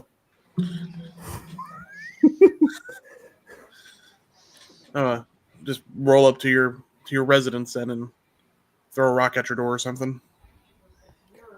Jeez, Jasper, I mean, please. It's a door. I don't know how to fix doors. I just know pipes. Please. Who are you? Where's the beard? We got it. It's right over there in the town square. We just got to walk over the bridge. I said, where's the beard at? You shaved your face. What are you doing? You look so good with the beard. Come here. Let me look at you. Yeah. Oh, yeah. Let's give him a little tap. I'm doing. They're taking a portrait and they're gonna put it on the ferry, little gondola. We're trying to drum up business, and they said I'd look more presentable if I got rid of the beard. Nah, don't listen to them. The beard's the money maker. Okay. You got it. I'll grow it right back. but I paid like 20 gold for them, and it's like that's like 3 jobs. You paid 20 gold for a picture? Well, they're putting it on like 3 gondolas too. You guys come to me next time. I'll get you set up with the right guys. Okay, Jasper. Okay. Come on. I put my arm around him. And he's completely dressed in like overcoat, boiler hat, suit, or not suit and tie. Yeah, they wore suit and ties in the Yeah. Victorian Yeah. age. Yeah. Has like the smell of like cologne, but also stale cigarettes. Yeah, he just walks with Sam to the cask day, to the big celebration area. We're getting beer. We're getting beer. Hey, hey, Caskin Day, we're getting beer. But yeah, they sing that all the way through.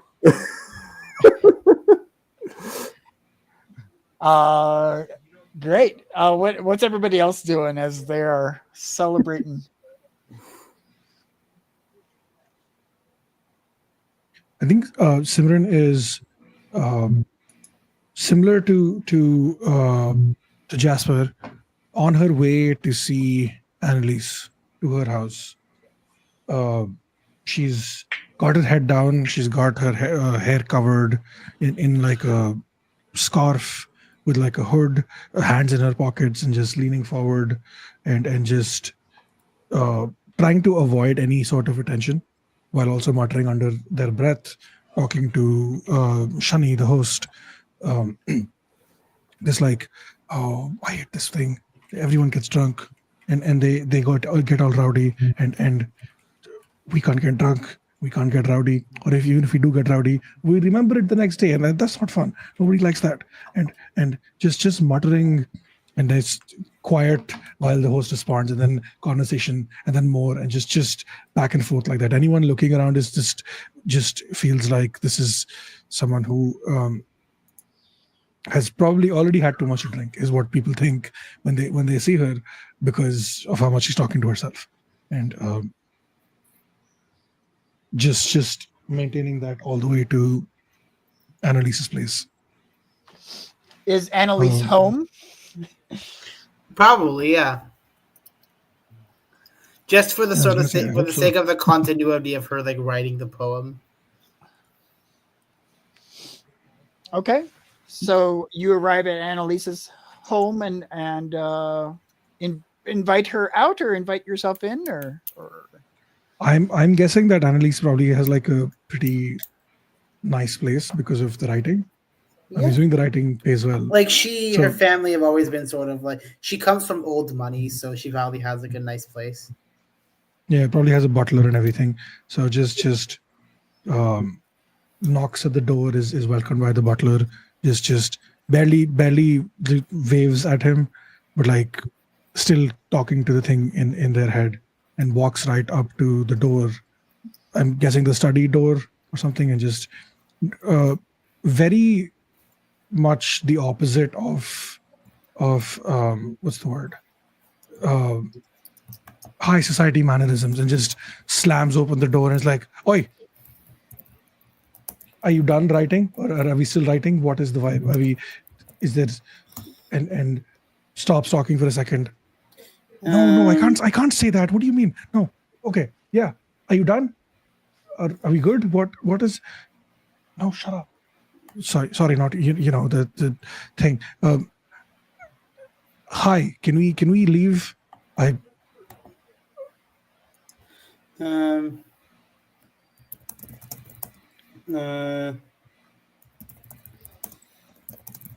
Let me think about something for a minute. In real time while you're Yeah. writing, Simran is just still talking to the thing, talking to Shani, and just no, I can't say that. Okay. You've read the book. So I think like we cut to like Annalise as like she's sort of like almost transfixed in like this trance as she's like writing the ideas down, having come out of this like having like in the sort of daydream that she's sort of been caught in. Like she gets shot and her eyes almost like shoot open. Her heart starts like racing from this faux near-death experience, and almost like immediately it's like Oryx almost immediately has given her this inspiration, and the words just kind of make sense, and she starts just writing. And like it's like it's this black ink that looks like deliberate and slanted. It's very neat and cursive for now. There's like side notes and smaller handwriting scribbled at like an angle. She uses symbols or like arcane shorthand to reference ideas. Occasionally she'll have like italicized or underlined words to like emphasize them. There's like yeah, just for now it looks really nice. When we get more into the sort of insanity, it might look a little more rough. But I think at the knock at the door of Simran, it's sort of like the knocking almost like pushes her out of it. And hearing Simran's voice and knowing that Simran, from being good friends, knowing Simran tends to overthink things quite a bit. And like talk herself into overthinking very quickly. Annalise is on her feet and says, yes, coming right away. We hear the sort of clicking of her shoes when Annalise opens the door, we see that she is sort of wearing this like long gray charcoal, like this long, like sort of charcoal gray wool coat that she has on. There's this like dark green waistcoat that she has. She's wearing like high-waisted black trousers, like lace-up leather boots. Like she has some kind of like black beret on, fingerless gloves, and like some kind of satchel on. And she goes, yes, I suppose if you're wanting to leave, I am quite prepared to do so. I've been stuck in this writing of mine for quite a little bit. Oh, yeah. Anything interesting? Not. Do you want to? She looks back at her notebook for a minute and thinks of whether to tell Simran about it, but then says, not particularly, I would imagine. No, all right, fair enough. I look forward to reading the finished product. And just pauses for a second. Oh, right, yeah. Shani says that the coat looks very nice, by the way. So, and I agree. So, yeah, that's pretty cool. I think we were supposed to meet the others at the square, right? Was it at the square? Was it here? Or was it at the square? Yes. Yeah, okay, come on, let's go. And I think it might be fair to plant John Patrick Cooper as maybe this is a great way to collect some money for your following while you're out and about on casking day. Absolutely. We charge half price for blessings.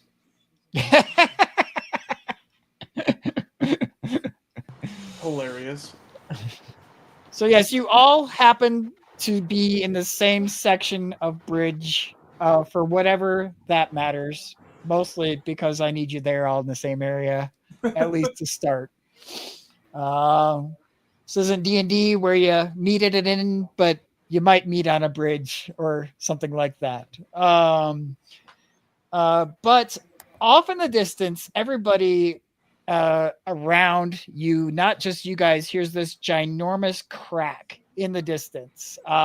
It almost sounds like thunder, but it's louder, but also crisper. It's not a noise that anybody would really be familiar with. The sky seems to split for a second, and then everyone gazes on in awe. They're unable to see what made the noise, but everyone hears the cries from the main islands beyond. And there are also hand cranked sirens that start to go off in the distance. Nobody can really make it out just yet, but there is a giant wave heading towards the islands. There are winches that are pulled up on the city's bulwarks that they have to defend against storms, but they're not fast enough. They pull chains across, and there is a ship actually that is riding this wave that catches onto those chains. The chains, you guys can maybe see this just a little bit from where you are, but the chains bulge, and then they snap. The ship catapults past the main islands. It is rocketing towards the bridge that you are all standing on. And I would like everyone to roll act under pressure and maybe give me an idea of how you're going to react to this. Do you want me to take a picture of it and send it into Discord? I trust you. I don't need a picture. You know how you can trust me? How's that? I'll tell you, I just rolled a 5. Oh No, no! I just rolled a 3. Sorry. All right. Well, mark Oh, that. even better. I What do I rolled. mark? What do I mark? Experience. Unless you want to use luck, which is pretty early, but I'll take the experience. First roll of the game uses luck. I rolled a It's gonna 9. be a merit badge. What'd you get, Jake? 9. A 9? Okay. Yep. And I'm gonna to react. I'm gonna kind of like put my arm out in front of Sam and like trying to shield him from the sound. I guess just like get behind me type of deal, and look towards the area. So I rolled a 5, so I'm gonna fail, and Jasper's Oh, gonna boy. knock me on my backside, and I'm going to be surprised that Just Jasper. puts out his hand and hits you in the face. Yeah, I'm my burly plumber backside is now on the ground, rolling around, trying to like figure out which way's up. So I'll mark that I don't have experience. to do anything. You guys got this. Listen, this is PBTA. We know. If you fail, you get to make it as funny as possible. What did and I'm sorry, I don't know how to say your character's name, Steve. I will learn it. Simran. It's Simran, yeah. Sinjin and Simran. Simran? Yeah. It's Okay, like Simran? Sims, like Sim from The Sims, and run like, running, run. Okay, So it's Simran, yeah. perfect. Sim from And- The Sims is crazy. It's the only thing I could think of. Sim like simulation. No, sim like The Sims. How does running the Sims and Annalise react to this, and what did you guys get? The Sims. Jesus I'm sorry, Christ. I'm just joking. Simran and Annalise. I got a. Well, You got. I think we got the same thing. Did we both get 7s? Yeah, 7. I have a +1, so that's an 8. But yeah, +1 I to got- cool. So yeah. I got a 4 and a 3, and that's just a straight 7. So. Okay, so Yeah, 8 is also a fail, right? no, 7 Is it a is fail? that is a they call it a mixed success. A partial Oh, okay. success. Yeah, partial. The way success. it works is anything a 6 or below is a failure. Anything in the 7, 8, or 9 sort of range is a partial success, which means you either get only part of what you want, or you'll get what you want with some sort of complication. And a 10 plus is just a full success. Okay, makes sense. Failure is one of two things. It's either you don't get what you want, or you get what you want, but you shouldn't have wanted that to begin with. Mm-hmm. So, I think Simran and Annalise, you guys are maybe brushed back from the wave, away from the crowd, not hurt in any way, but you're kind of like pushed back against the edge of the bridge. So it's gonna be pretty hard for you guys to act right away. I'd like John Smashes falling on his ass, so you will take 1 harm for that. Ah, I have a very ample backside. I think I should have been okay, but That boy thick. And John Patrick Cooper, I think you can either save your collection pot or hold on to the bridge. I'll hold on to the bridge. You hold on to the bridge. Okay, so you are able to hold fast. Oh, I'm sorry, you got a fail, didn't you? We'll still go with that though.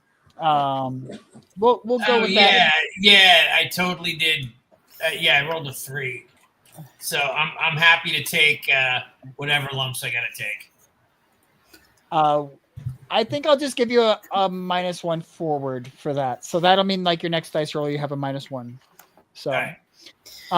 but we'll just play that for now as you were able to grab onto the bridge, but the pot of money goes tumbling into the sea.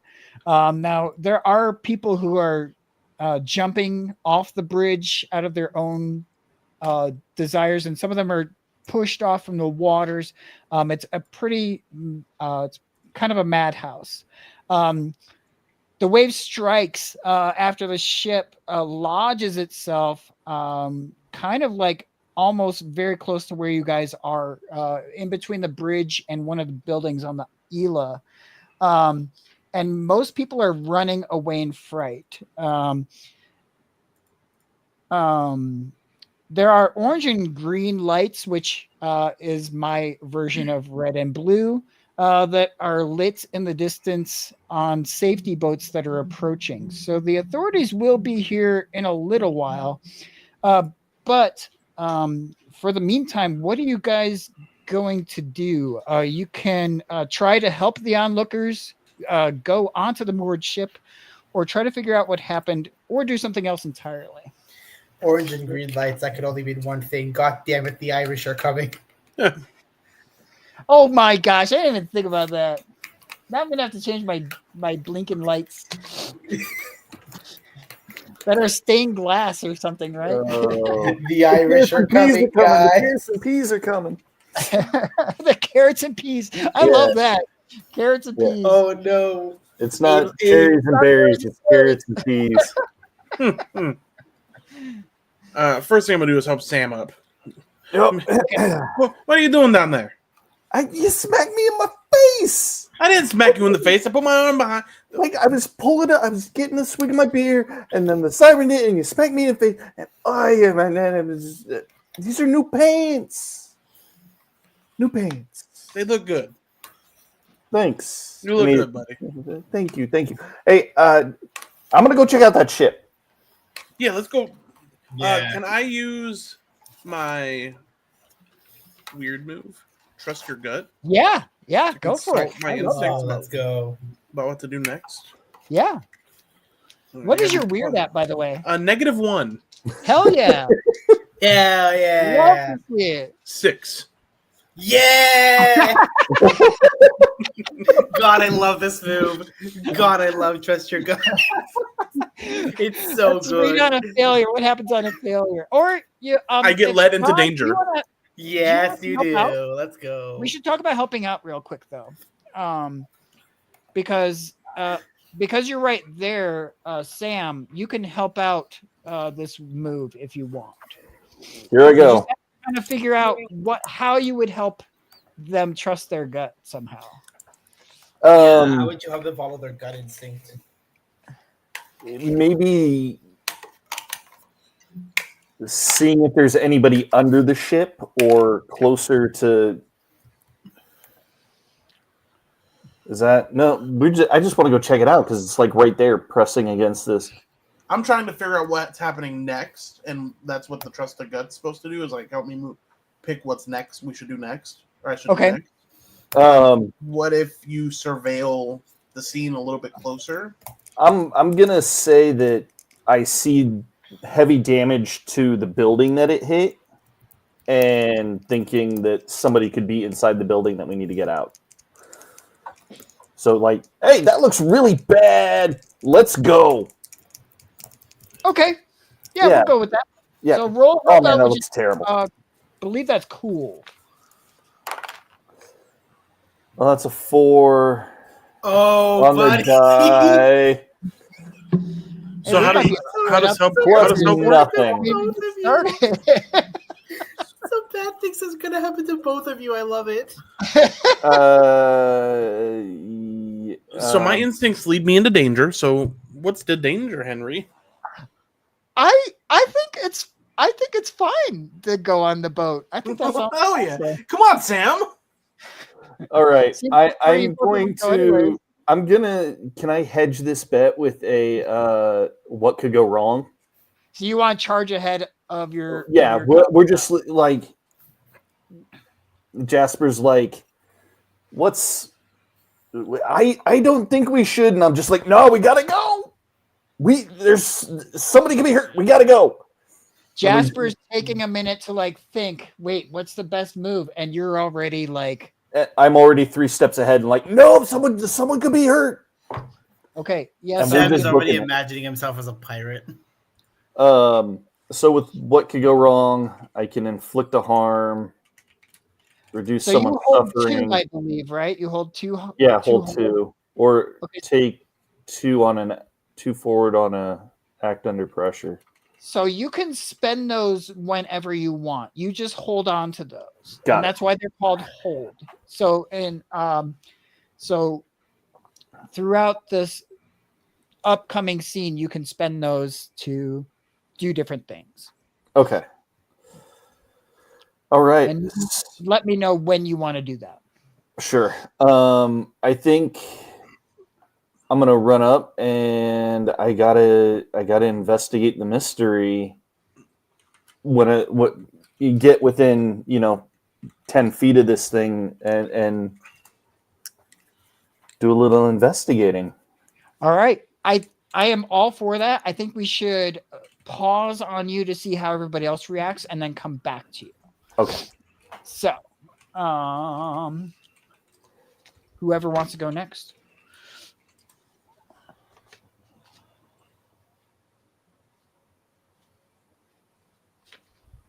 Okay, so Annalise and I were pushed back. And so is the ship still has it It's destroyed still- the bridge, or is it going for the bridge? So there's kind of like a tower that holds the bridge onto the island, and the ship is kind of like leaning against that tower. So it's not actually against the bridge, but it's leaning on the tower itself. So you could still get there if you wanted to, or do something else. I think Okay. I think Annalise's first instinct is like, okay, I'm not going to be able to do anything about this immediately, but I think I would like to read a bad situation. That's her first instinct is, let me see what I can do. Let me see how can I make myself useful? What is there that I can do right now? I would agree this is a pretty bad situation. So yeah. I got a +1, and I got another 7. Let's go. Okay, on a 7, you hold 1. You have a list of questions that you can ask, and I'm just going to read these out for the audience. What's my best way in? What's my best way out? Are there any dangers we haven't noticed? What's the biggest threat? What's most vulnerable to me? And what's the best way to protect the victims? The victims can be defined kind of up to the character. And I personally, as a MC or a keeper, I am open to variations on these questions as well. I mean, I think the victims right now are just like the bystanders who are kind of panicking. Yeah. I'm torn between 2, so I will quickly. Okay, are there any dangers we haven't noticed? The dangers you haven't noticed, and I have to think of a way that you would be made aware. Maybe, I think Oryx maybe chimes up in your ear, and there's a really bad thing on that ship. I don't like it. Um, So there's no there is also another danger of if the ship becomes dislodged, it could mess up a lot of stuff, brickwork and stuff like that. It could ruin the bridge potentially. okay, so as it says, like I think,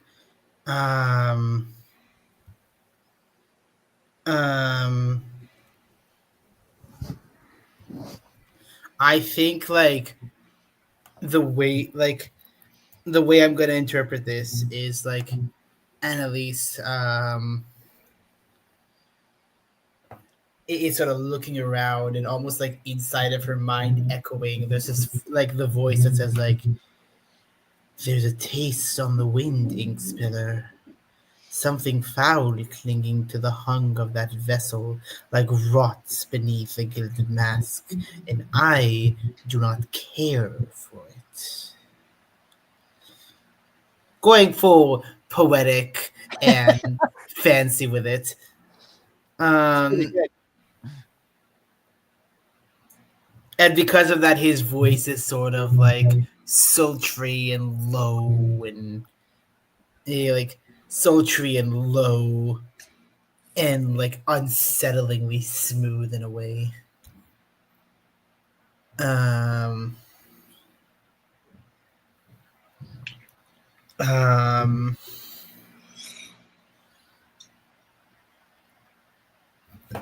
yeah, like when he's calm, the voice is almost seductive, but when he's like angered or denied of something, it becomes more like it becomes more like some like big thunderous voice. Okay. Um, it never rises, but it always like presses in a way. Um, but yeah, I think with that, Annalise is going to try to sort of like push through the wave, and like, well, she tells Simran like, I get I get a sense something, I get a sense something, something maybe awry upon that ship.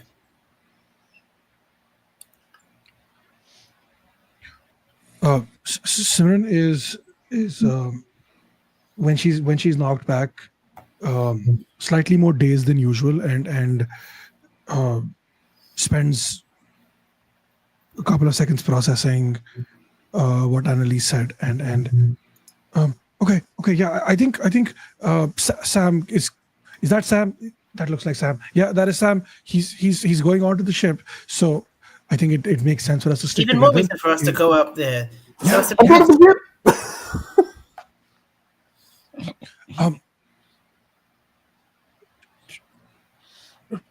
Oh, All right. okay. Only person I haven't heard from is Father Amos.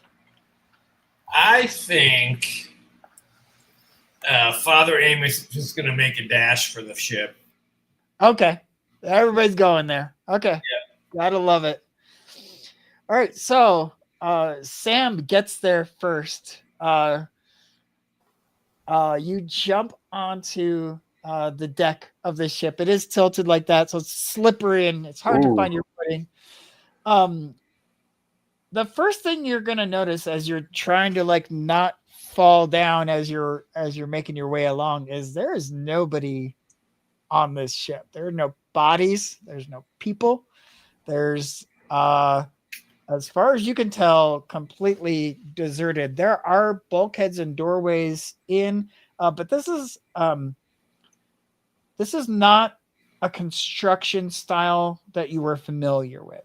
So this thing looks almost as if it was conceived by some other culture that you don't know. Oh my. I know I said investigate a mystery, but maybe I should read a bad situation. You could do either. You can also do in Monster of the Week. Let me grab a quick snipper here. Give me a second. You can also investigate a phenomena, which this might be closer to. But if you investigate a mystery, you can use a question to ask, how is the phenomenon doing this? What could fix it, cure it, or slow it down? How far does the effect reach, or what will be affected next?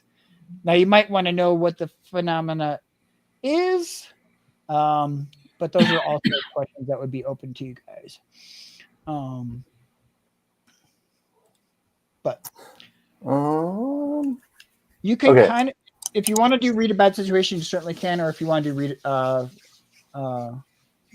Let's do the mystery. Let's do the mystery. Okay. Come on, high numbers. We got a 6. 6. Nice. What did you get on your dice? A 6, and I'm a 0. Okay. No, like, oh, you just got a 6 and a 0? No, I got a 5 and a 1. You got a high number. I got a high number. Yeah. Wait, no, my sharp's +1. I got a 7. Hey, there you go. That's better. All right. So on a 7, you can ask one of the questions from Investigate a Mystery. What Happened here? What sort of creature? I'm just going to read them off for everybody else who might not know. What Sure. sort of creature is it? What can it do? What can hurt it? Where did it go? What was it going to do? What is being concealed here? I think we're gonna do what is being concealed here. Perfect. Can I just ask, what are you doing to investigate? Like, how are you investigating? Like, I what think is it's gonna be very, very brute, like just like charging through the first door that looks somewhat open towards something that looks like it might be the the bridge? The bridge. I'm sorry, I was looking for the you're bridge. Not the, yeah, heading towards what might look like a bridge because he looked at a sailing ship once in his life as a toy.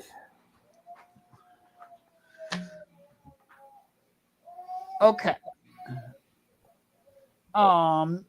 Yeah, so you charge through what you think is the main deck door. And you're looking around for kind of just anything weird. It's still kind of odd because there's no people at the controls. They are like in set positions, but there's no people aboard that would be operating them.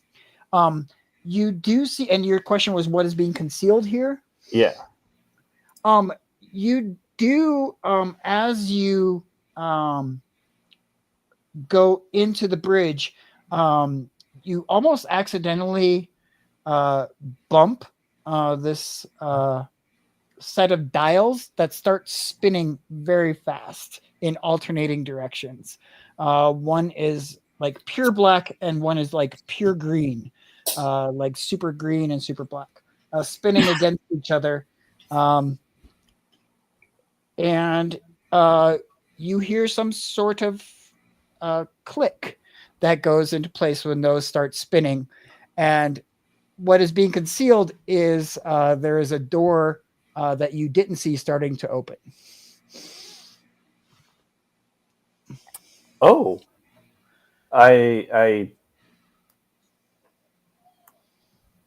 probably search around. Well, I wouldn't see the click. Well, golly, I mean, you would see the door opening. See the door opening. I would. You would see the door opening. It just wasn't apparent when you first came in. Sam would grab the biggest, heaviest object in the room. Okay. As some sort of improvised weapon, because I'm not going to have my normal wrenches or anything that I would normally grab to use. Is there going to be something on a wall or a chair or like a axe or something that I could grab to steady myself? I'll give you an axe on the wall. That seems to make sense. Cool. I grab the axe and I start just like help, help, help, help, like start So you're yelling. running in this door. You're running into the door, expecting trouble. I sure I'll charge in. Okay, I was just asking. I mean, I don't want to put words in your mouth. No, it sounds great because it's exactly what he would do. Yeah, I guess I'll do another what could go wrong?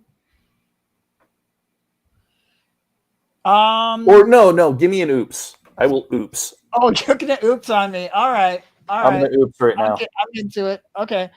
I am gonna pause while I think about your oops. But yeah, so you charge into this room, axe in hand. No worries there, Steve.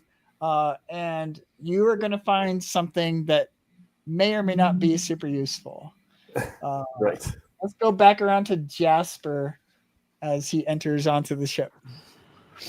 Yeah, so once I get on the ship, I'm gonna use I don't see anybody on here, right? Yeah, there's no crew. There are no people that are visible. So did I watch Sam and watch what he was doing? You could probably see like it's the one door that's open. There are a few different doors that you see on the ship that you could go through. Okay. Can I do investigate a mystery? For sure. Yeah. That's another 8 plus. What is it? Cool. No, sharp.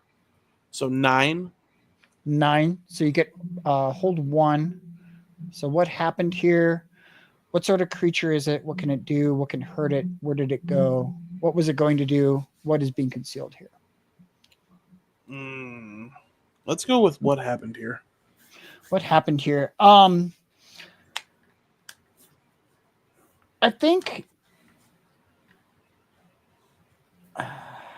think maybe in your crooked past you've heard stories, and you never really gave them a whole lot of weight about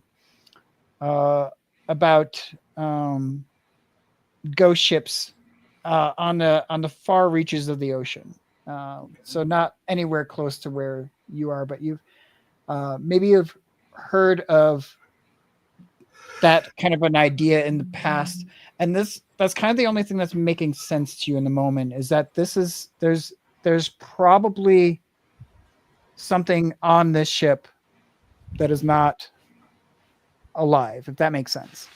Okay, so what happened here is there's something controlling the ship that isn't alive, is what I can gather. That's the only thing you can kind of think of on the moment. Yeah. Okay. So I'll take that, and I will follow towards where Sam went to help him whatever he's doing. How does inventory and stuff like that work? Like, do I just have stuff on me, or? I mean, you're just assumed to have your inventory, yeah. Okay. So, I mean, I would assume you have most of your gear. I don't know what weapons you chose. We might have to like rethink those with a Victorian spin. I don't remember either. I mean, guns are still a thing, but like as far as like, oh, they're right there. 9mm, a big knife, and an assault rifle. Okay. Are those So yeah, okay maybe to have? your assault rifle we'll have to maybe rethink a little bit, but A hunting rifle still makes sense, right? yeah. Okay, so we'll say a hunting rifle instead of assault rifle. Because that's what I have. I have a big knife and a hunting rifle. Then I will pull out my 9mm and follow behind. Okay. So you are backing up Sam. Illa, I'm sorry. Oh, crud. I got to write your names down in a Annalise? Annalise. Now, here's my question. Uh-huh. Does the sight affect what I see on the ship? I was actually going to ask you how that manifests for you. Is that something you have to open up, or is that just always? That's just it's a passive thing. But I think maybe there's a little bit of a glow that comes off of like spirits and things. Mm-hmm. I think, Annalise, you have seen spirits in the past. You have seen specters and ghosts and a lot of weird stuff. What you see is not really like any of those. You know, you can see like faint pops of light populating the ship, but you can also tell that they're not dead. They have never died, and somehow that Okay. Since I can see this, could I potentially roll to investigate a mystery for sure. to see if Yep. I could figure out if Annalise can figure out what if any of this makes sense to her. Yeah. That's a 6. Okay. Oh, and investigate a mystery. If you fail, do you You maybe find want to help nothing. out, Steve? Yeah, I was gonna say. If you want to help I'm out, gonna try sure. to help. Yeah. I'll try to How help. do you do that though? I think it's mostly just the symbiote just pointing out random shit. Oh, look, is that helpful? No, is that a thing? No, wait, can we check there? Or I don't know. Have you considered maybe we turn around and we look with our ears instead of with our eyes? Do you know what I mean? And yeah. I like how this symbiote is just like not helping Simran overthink things. Oh no, the symbiote is the. Oh my god, I got a 4. Oh, That's great. Yeah, we're both That's- dumbasses. Let's go. That's great. Simran is going to place themselves into danger, and Annalise is going to reveal something to the monster. Is that what it is? I believe so. And investigate a mystery. If you fail, It doesn't say anything. It's just like we don't find anything.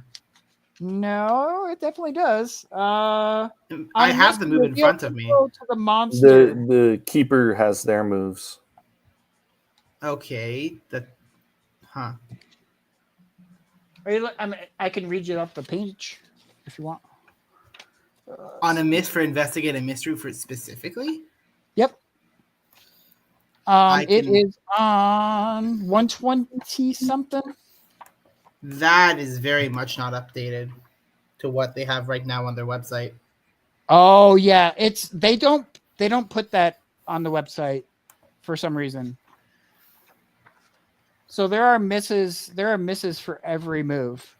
Miss results for every move. And I think the reason that they didn't do that anymore is because that's really restrictive. Okay. Like I'm just theorizing, like because that doesn't give the GM narrative freedom to decide what happens, like on a miss. Okay. It gives them its guidelines. Yeah. I mean the other way I have played it in the past is you can still ask a question but be ready for the worst. No, I think it's fine. Just play it however you want. I'm just gonna go by. I will look into that and see if there's info on why it's not on the website. But we'll go for right now. We will go that I think you reveal to the monster that you are able to see them, and they start looking back at you. Almost like, and maybe start the motes of light start progressing toward you a little bit. Just want to confirm, I get 1 XP for the field roll. Every failed roll, yeah, 1 experience. Okay, perfect. Yep. And Yep. these motes of light, do I also see them, or is this something that only Annalise sees? Do you have a way that you would see spirits or not? No, I don't have that ability now. Okay, so yeah, for you it just looks like the ship is empty of life. Okay. Would I potentially know? Would I be able to figure out from Annalise's reaction that there is something in here with us? I think I would give you that Annalise is acting in a way that seems suspicious. I want to do a thing. I don't know if like it's it feels way too early to, but I don't want to metagame it. But whatever. I am going to try to use magic, and I'm Okay. going to use my ability to trap a specific person, minion, or monster. I'm going to try to trap the monster. Interesting, without knowing what it is. Okay. Yeah. I'm just looking because the way that we build the histories is that Simran is extremely protective over Annalise. They're very close, and to see her friend in obvious distress is something that she doesn't like. So I'm gonna immediately, like without even looking, like it's like almost immediate when narratively, I guess, when the roll fails, but the creature notices Annalise, and Annalise notices the creature, and I think the host is in Simran's head and is like, there's something here, I can't see it, but there is something here, and look at her, look, she's worried as well, and without looking, just I'm gonna roll and see if it works first, because today has been horrible, and then we'll figure out Okay. yeah, come on. That's an 8 plus 2. That's a 10. Let's go. 10! Let's go. Okay. Okay. So I love how you have no idea what you're protecting them from. But somehow, and what is making magic look like for your character? It's different for different things. This specific occasion, it is like it is kind of it's like a distraction almost, where she just starts jumping and yelling really loud to kind of distract away from Simran. Sorry, from Annalise. Fuck. And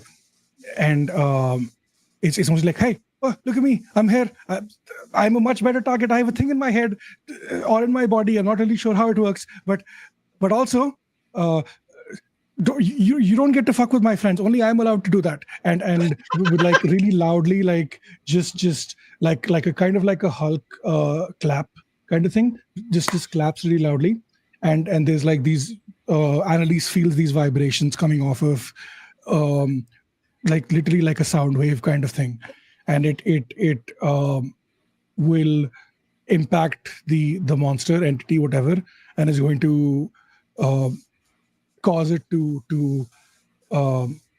be trapped inside the sound waves, kind of like a thing. So like yeah, it's like with the clap, it goes out the sound wave, and then it compacts back inside the hands, and now it's trapped inside the sound wave, literally, is how the monster's trapped. Yeah.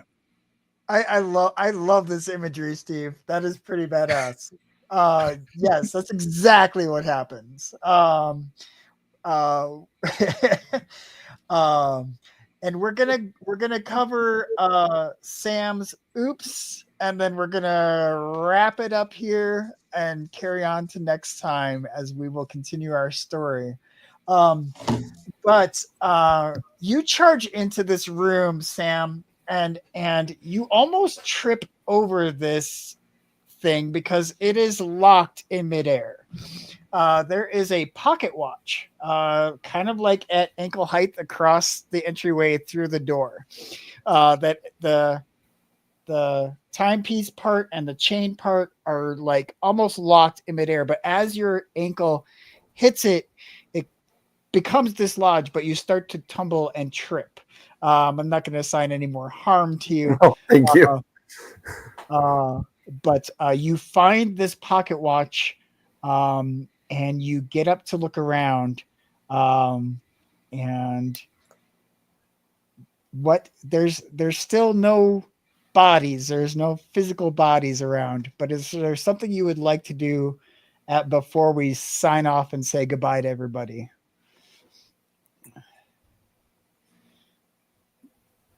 I think this image of just this like pudgy little dude just like going ass over tea kettle holding an axe and then scrambling around to see what he tripped over, and then it's like, time. It's always tripping me up.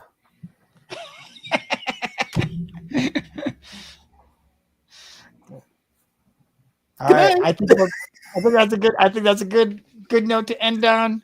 We will continue this mystery next time in 2 weeks on May 14th. Don't miss it. And let's outro out, and I will go with whoever wants to go first.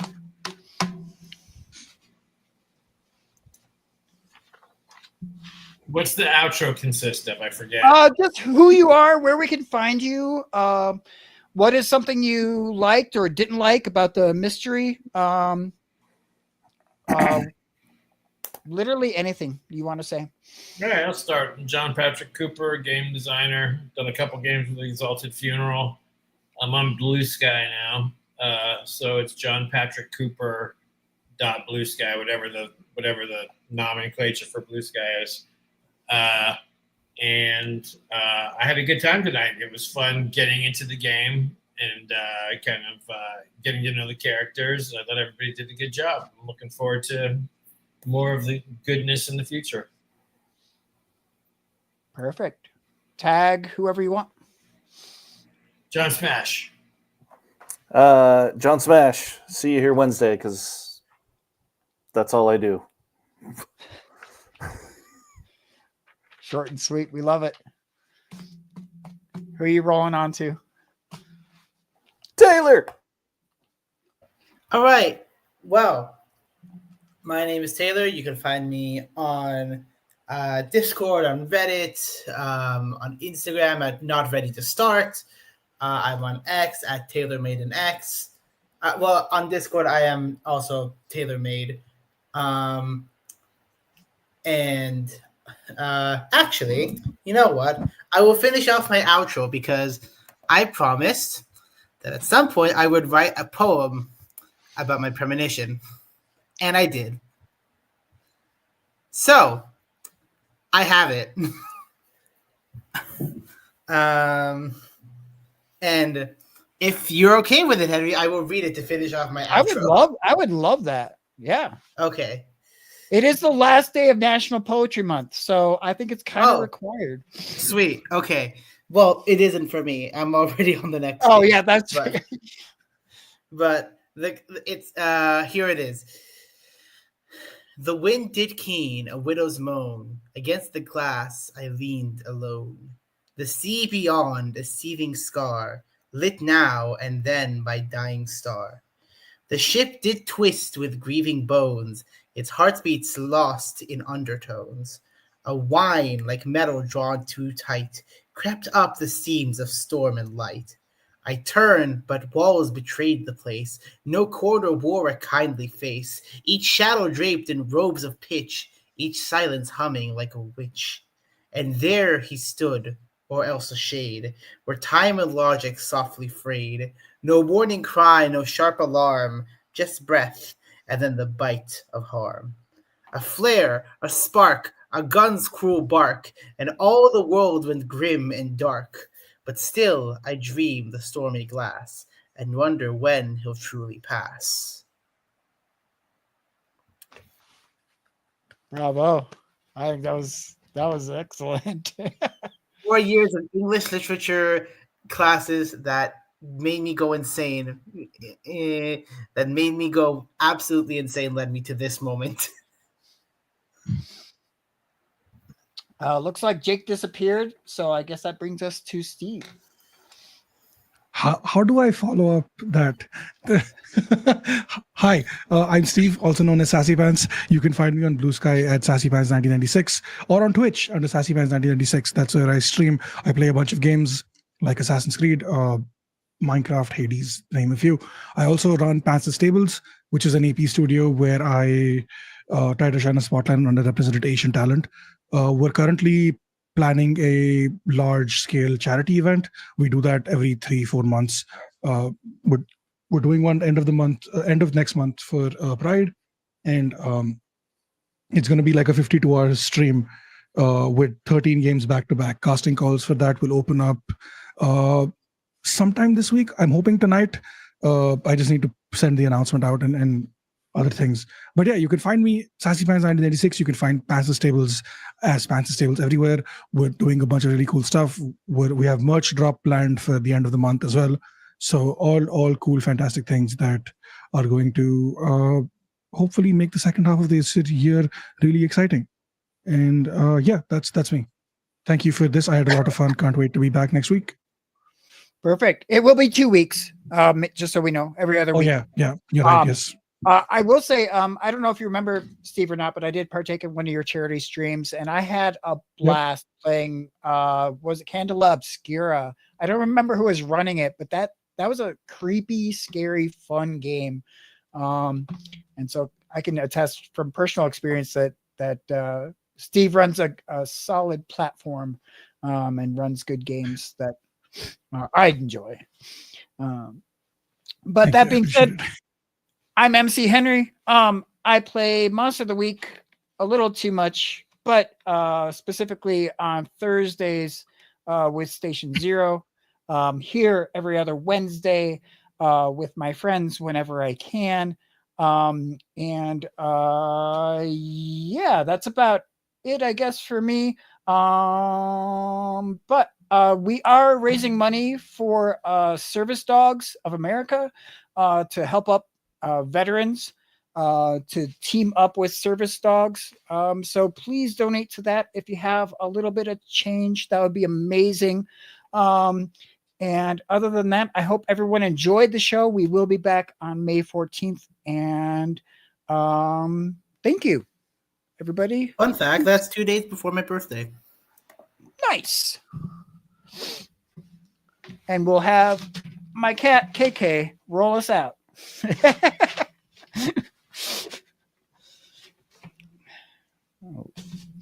Guess I will pretend to have things to say while I let Will know that we're done. Does anybody have like a wish or a star they'd like to share? I really liked the vibes for the story, like immediately just putting us into, hey, shit's happening, shit's going down. It is a time to celebrate, but like, here's a ship that's crashed into a bridge. Good luck with that. That was really cool. I also liked how Jake and John Smash immediately, like the familial relationship, or like I think it was adopted son thing, whatever.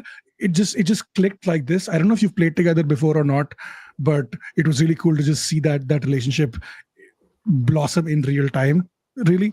And I think that was really cool. So I really enjoyed that. Also, Taylor, the poem, holy shit.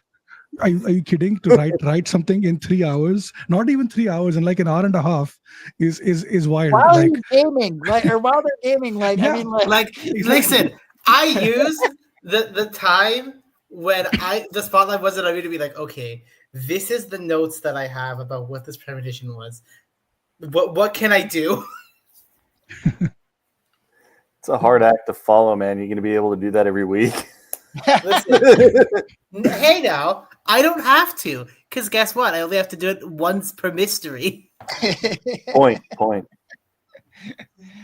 We also do have a merch store. So this is a mug that you can get from our merch store from a one shot. I just liked it because it was funny. It says Rudy Tooty Point and Shooty. But that's from a one shot that one of our other people ran. So check that out as well. I will say that this stream was filled with a lot of funny moments. Like looking back, I find me just like being really excited about the failure of Trust Your Gut. There was so much experience earned. That was kind of crazy. So, John Smash's pipe incident. With that, I think we are ready to sign off, and I hope everyone has a fantastic day, night, or dream, whatever you're experiencing. And in the meantime, peace out. Bye. Tiny robes he's wearing so fine, in the tavern sipping on wine, knows the secrets of the old halfling wizard never told. Mystic wand and a pointed hat, talks to people about this and that, sneaky tricks and a wink in his eye. Halfling wizard makes the hours fly. Oh, halfling wizard in the night, casting spells to the moonlight. He can talk and he can know. In his world the magic grows. Down the road in evening light, he'll engage you, that's his delight. Readers of the stars he seeks, in a crowd he's sure to speak.